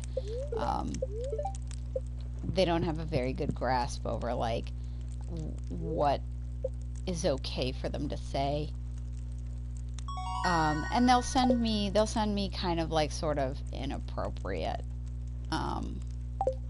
responses on my AO3. And I don't think it's like a targeted, you know, it's not a targeted hate thing. It's just like well, I'm sorry you didn't read the tags all that well, or maybe the tag didn't make any sense to you. You know, I apologize for that, but there's nothing I can really do about it.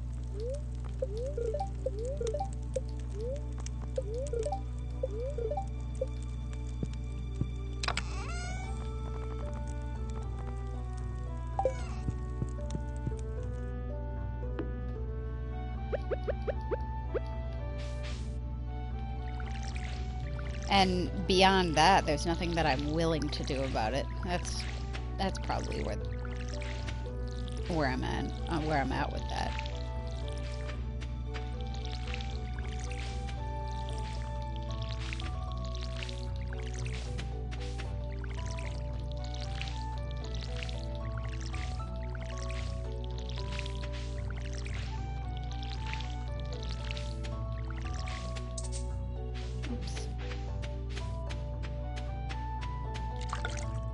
I am gonna romance someone. I haven't decided who quite yet. I almost always romance Elliot, so I'd like to do something different this go around. I'm not sure who. I like to romance the characters that look like they could be my age. Which is why I usually go after Elliot. So this go around, I might go after Harvey, or if anybody has any good suggestions over who they'd like to see romanced. I don't mind romancing Shane. The only characters... Harvey's so sweet. I love him so much. His little mustache. He's so cute. The only characters that I really, really, like, just don't romance at all. The airplanes, I know, he's so sweet. Oh my god. I don't romance Sam. Because I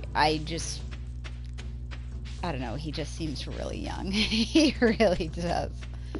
I don't normally romance Sebastian for the same reason. I think he's very sweet, but he just looks so young to me.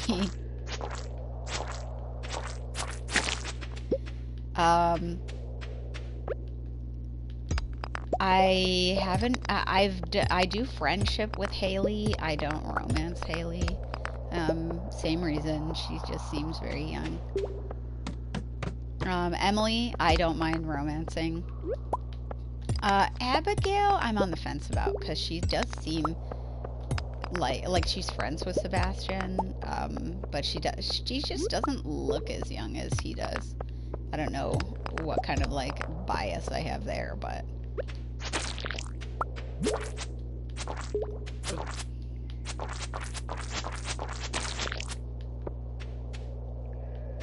Oh, Leah. I've never romanced her, but yeah, I don't mind romancing her. She's Elliot's friend. I don't mind romancing her. She likes salads and wine, which is like way up my alley. She is fun. She's a really sweet character. She's so nice. Pretty much the only character, like, I like Shane, but I sort of find his arc to be a little disturbing. Just because, like, he is so depressed, and that hits really close to home. Like dang, I just feel for him so hard.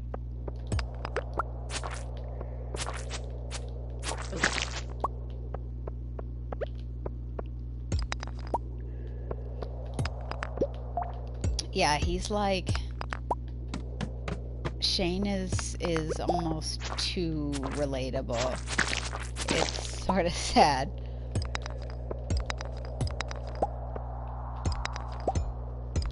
But the blue chickens, that's pretty cool.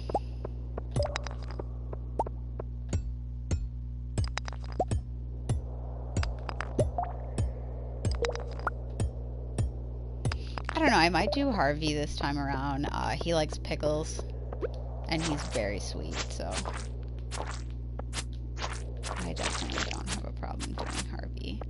I'm not sure if anybody has, like, any real profound suggestions. I think I'd probably just do Harvey because he's real sweet.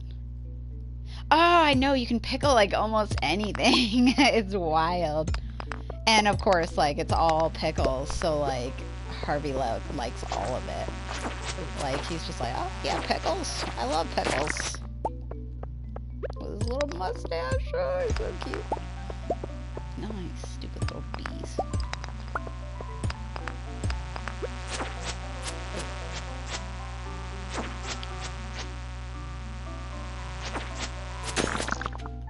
Oh, hell yeah.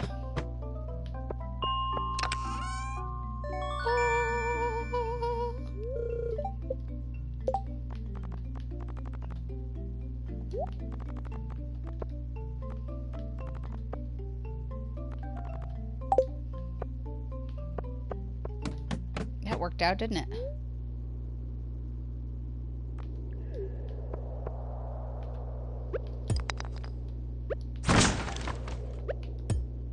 Ooh, a mushroom. I need that. Sick.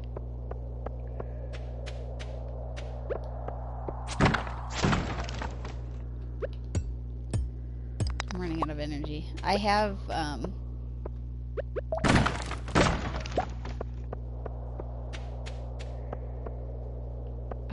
some salmon berries somewhere. Oh, they're there.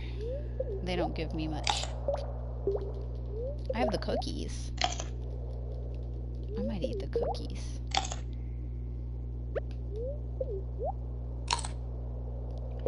Pow! Wow.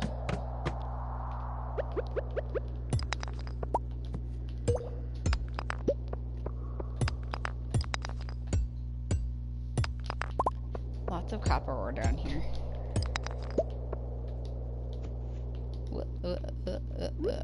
There we go.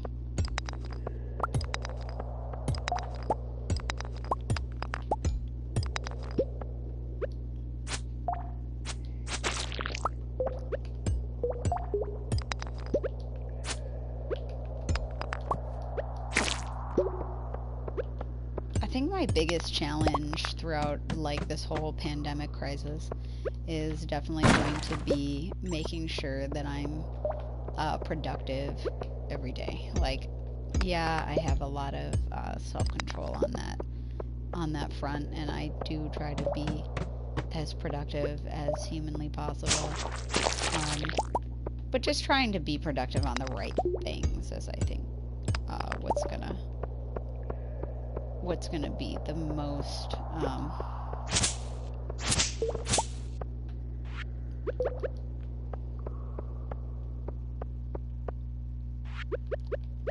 the thing that's the toughest. It's gonna be the biggest challenge. Like, I just want to make sure that, you know, I'm doing the most that I can.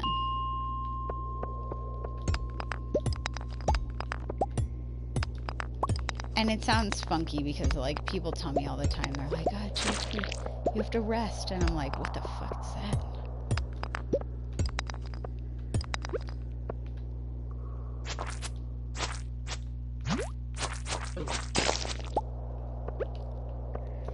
That happened to my boyfriend.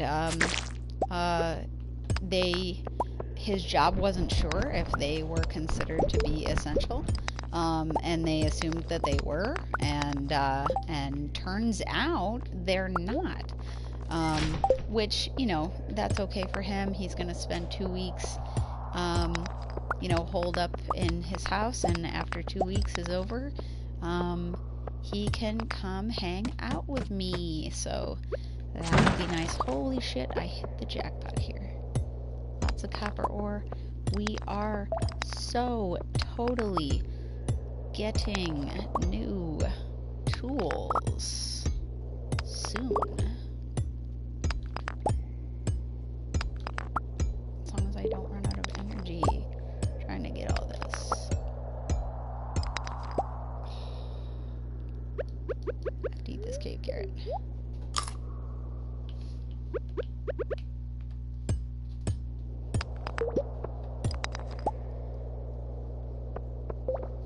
Yeah, it's always nice when you have somebody who, like, takes the steps and, you know, they know what they're doing. They want to be responsible about it, and they want to, you know, they want to make sure that they're doing right by not only the state, but their employees, you know. And I feel like at this point, you know, if you're in a state that has, you know, a high case count, which by the way is pretty much every state. It's just that some states are testing and some states aren't. You know, I feel like doing right by your employees is way, like, it's way more important than whatever the heck, you know, else you're trying to do. There's a lot of business owners who are like, you know, we want to do right by our customers, and it's like, okay, but you can't do right by your customers if you have no employees. So, you know, protect your employees, make sure that they're, you know, make sure that they're safe, and then you can worry about, you know, your profits and your customers. Because if your employees aren't happy and safe, you're not gonna have any. Like, that's just kind of how it goes.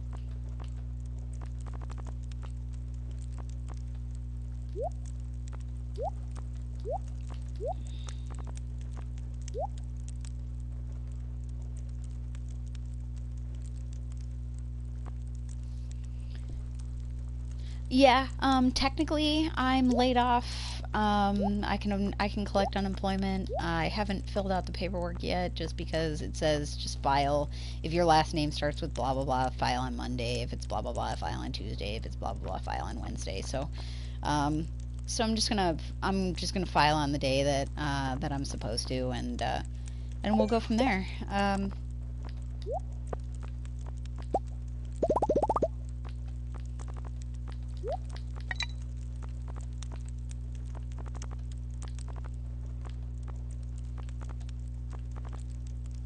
All right.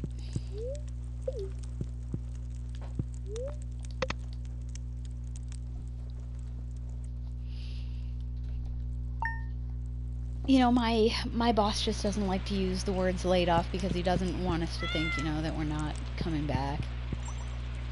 Cause I know there were several ladies.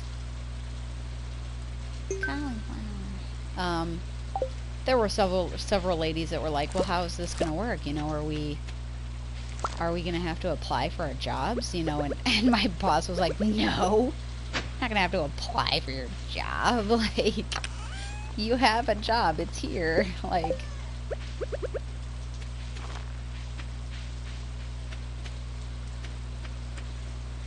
I'm just gonna be closed for a little while. No big deal. No big deal, guys. No big deal. My boyfriend is furloughed, which is pretty much like the same thing. But they did like a loan type program thing,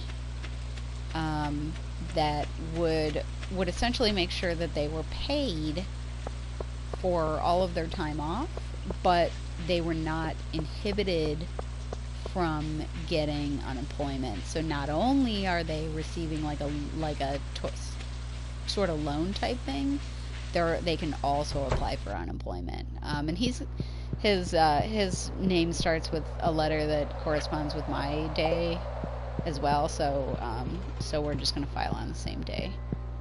But I'm glad that I don't have to worry about him, because I definitely was worried about him.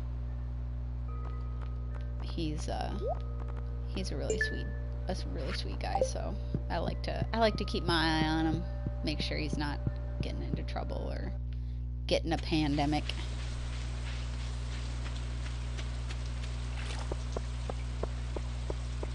He was like, I will see you on April 4th, because that's 2 weeks from today, and I'm saying it starts today. And I'm like, nah. And he's like, not tomorrow. And I'm like, all right, whatever.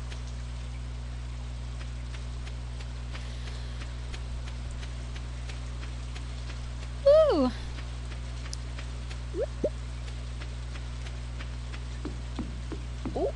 Oh, getting the good shit.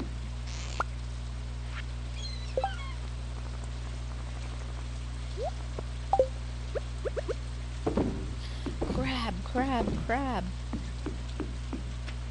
Alex and I have we have a thing where we replace words in songs with the word crab. And our favorite thing, one of our favorite bands to do that to is The Killers. And somebody told me has an incredible instance of where crab fits. One more what? Did I see what? Did I miss one? Did I miss one?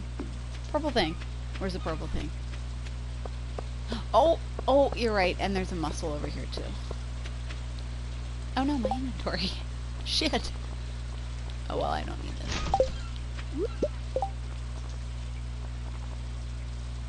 Shit. Oh, yeah, you know what? It's because I forgot to put my bait back in here. Okay, great. Thank you! Obviously, I don't have the best eyeballs. Tango.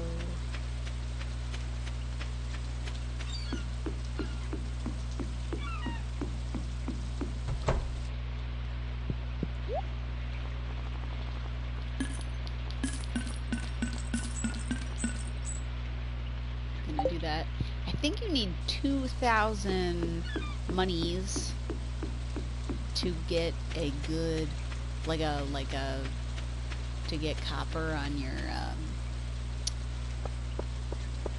to upgrade for the copper. So if we get 5 copper bars, I think, and we already have 2,000 monies, we'll just go to Clint. Oh, and you know what? I never, ever, ever romance Clint. And the reason why is because I got super bitter about one time there's a glitch where he says, I need, you know, this many.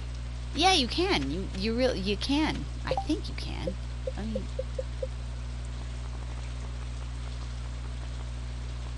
where is he? Oh, you can't. Oh, well, anyway.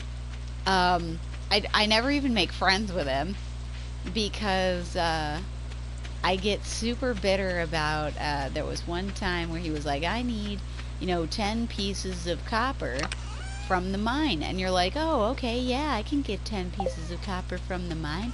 That'll be great. You know, oh, I can do that real easy. So, you know, you go get your 3 copper pieces or whatever that you're looking for. And then when you hand them to him, instead of being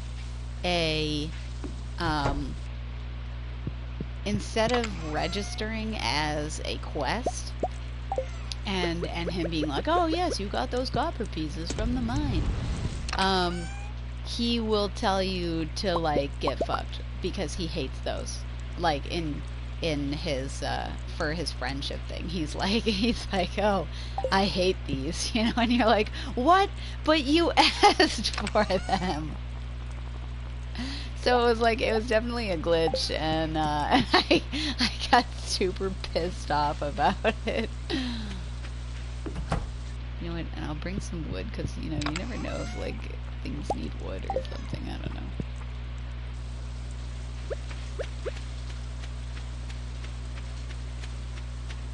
He is real hung up on Emily. I think he also got pissed off at me. Like, I don't know if it's possible for him to get pissed off at you because you read his love note to her. But I, like, read his love note and it was like, dude, just, like, stop being an incel and make a move. Like, he's so incel-like, and you're just like, Clint, come on now. You are a grown-ass man. Yeah, there's a love note to Emily.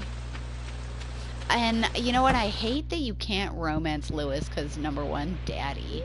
And I also hate that he is hoarding, like, one of the most adorable characters all to himself. Marnie. Like, what if I wanted to romance Marnie? Damn it.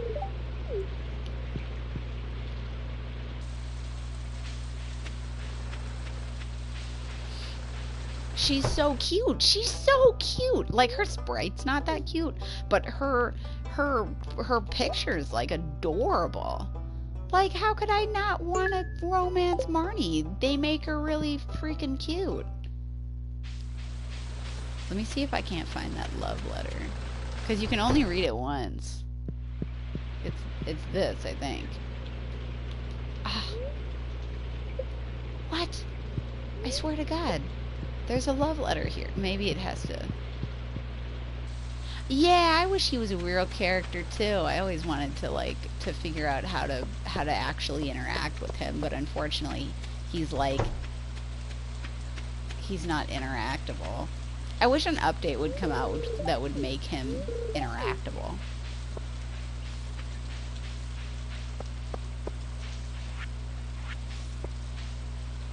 I wonder if Lewis likes flowers. Oh, well, alright. It's kind of ambivalent.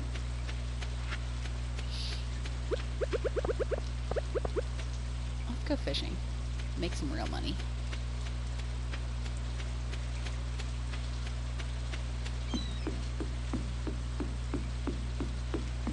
Oh, there's Sebastian, standing in the rain again.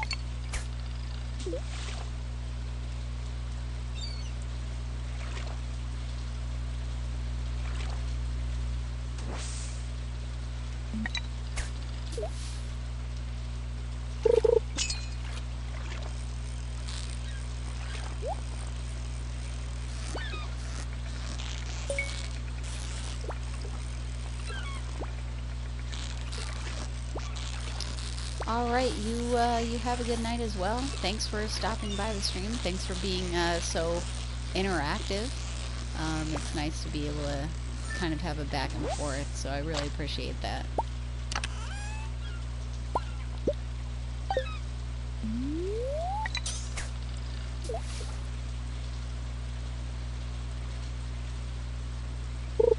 Yeah, no big deal. I'll probably be doing a couple, like a bit more of these just because, you know, I have a bunch of days off, and hopefully a lot of other people have a bunch of days off, so they can come watch them. But yeah, I'll talk to you next time.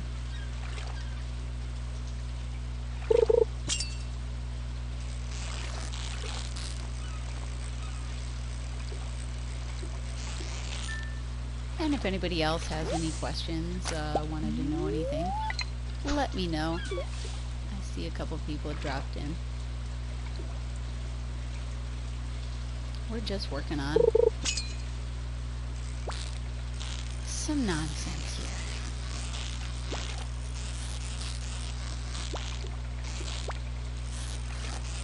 I know a lot of people don't like the fishing minigame, but this is how you make money.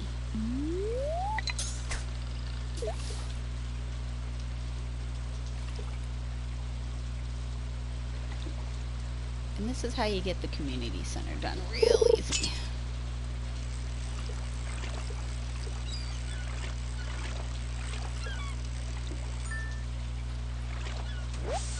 I saw that in the update they added the training rod. I think that could be useful for some people who really hate the fishing minigame. I don't mind it. It doesn't bother me. I like the combat a little bit more, but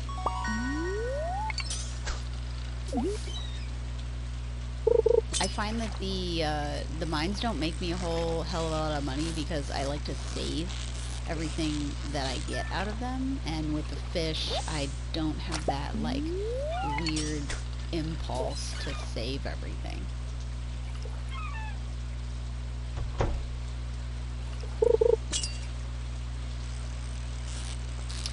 I want to know, does Willie live over his fishing shack? Like, I feel like he does, but I don't stalk these characters. So I'm not like 100% sure where everybody lives. I know Harvey lives over the doctor's office because you can find him there. Nice. I save a lot of iridium and gold stuff just so that I can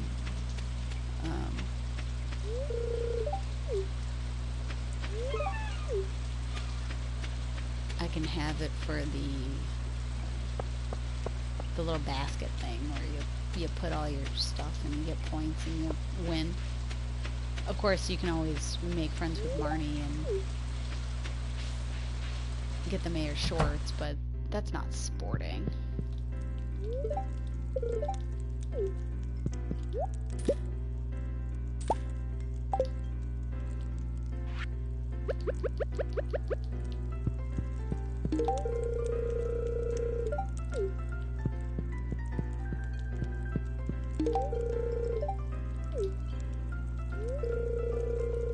I love you, Harvey. Yeah, I think we're probably gonna romance Harvey.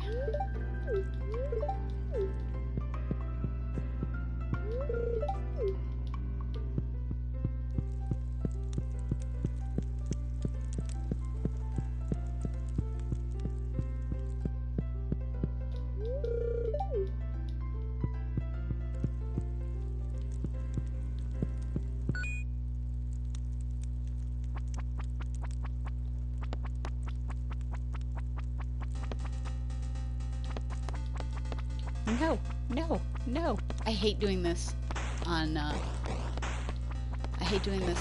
PlayStation because you can't shoot diagonally.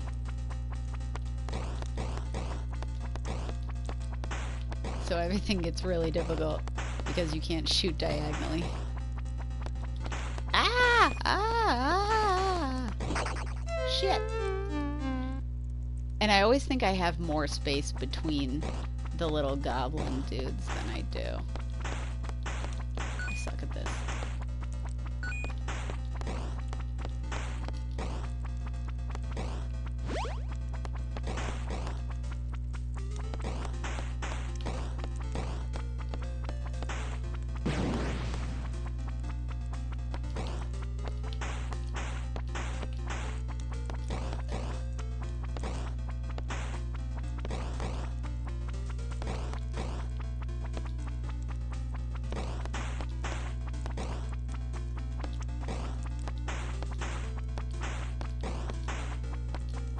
It's like the only part of this game that requires any amount of concentration whatsoever. Oh, son of a bee!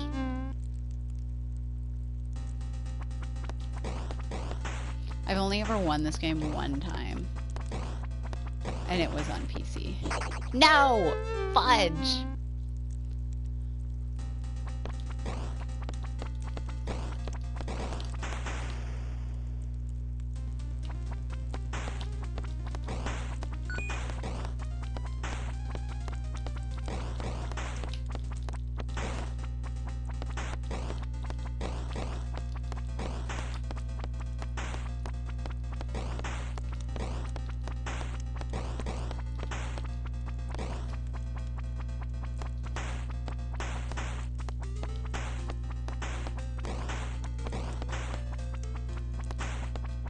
No! Jesus. Alright. Now that we've wasted that much time.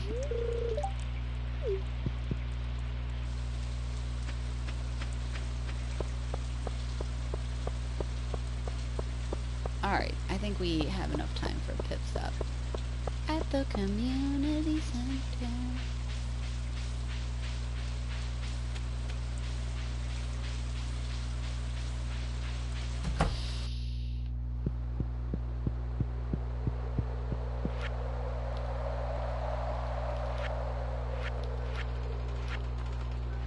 There we go. That's where it was.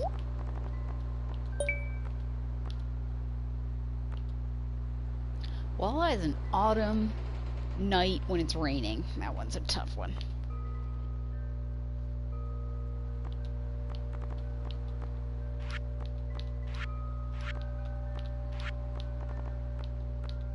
Tuna. Bumblebee tuna. Oh, nuggets. I have 2 of these. I have 3 of these. Oh, okay. Alright. Silly me.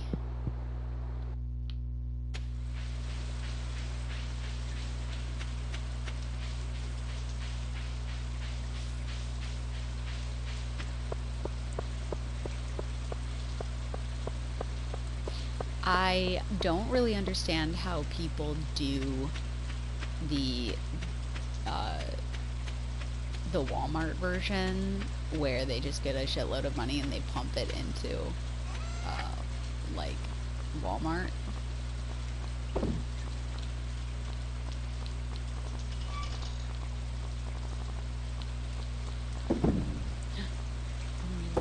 But that's okay.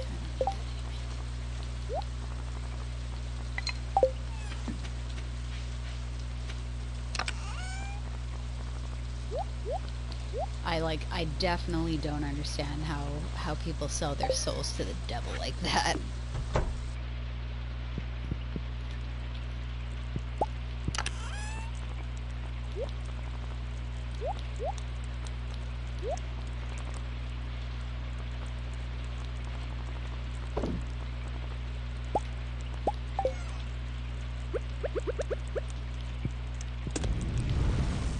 Like, if anybody's done that, like, let me know, because that's wild to me. That's a whole nother.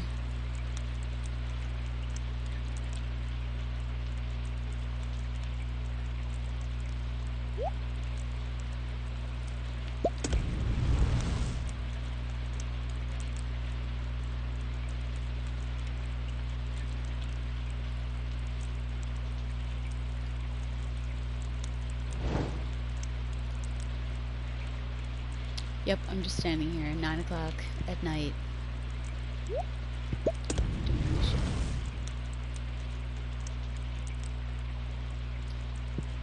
But it's 10:30 in real life, so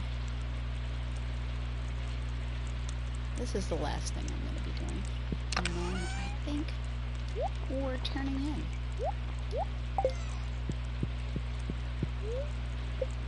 I'm going to save my game. And I think we'll be doing this again soon. Hopefully I'll have more prepared questions. Probably still going to be playing Stardew Valley just because I like this idea of this communal farm where we're doing this together. So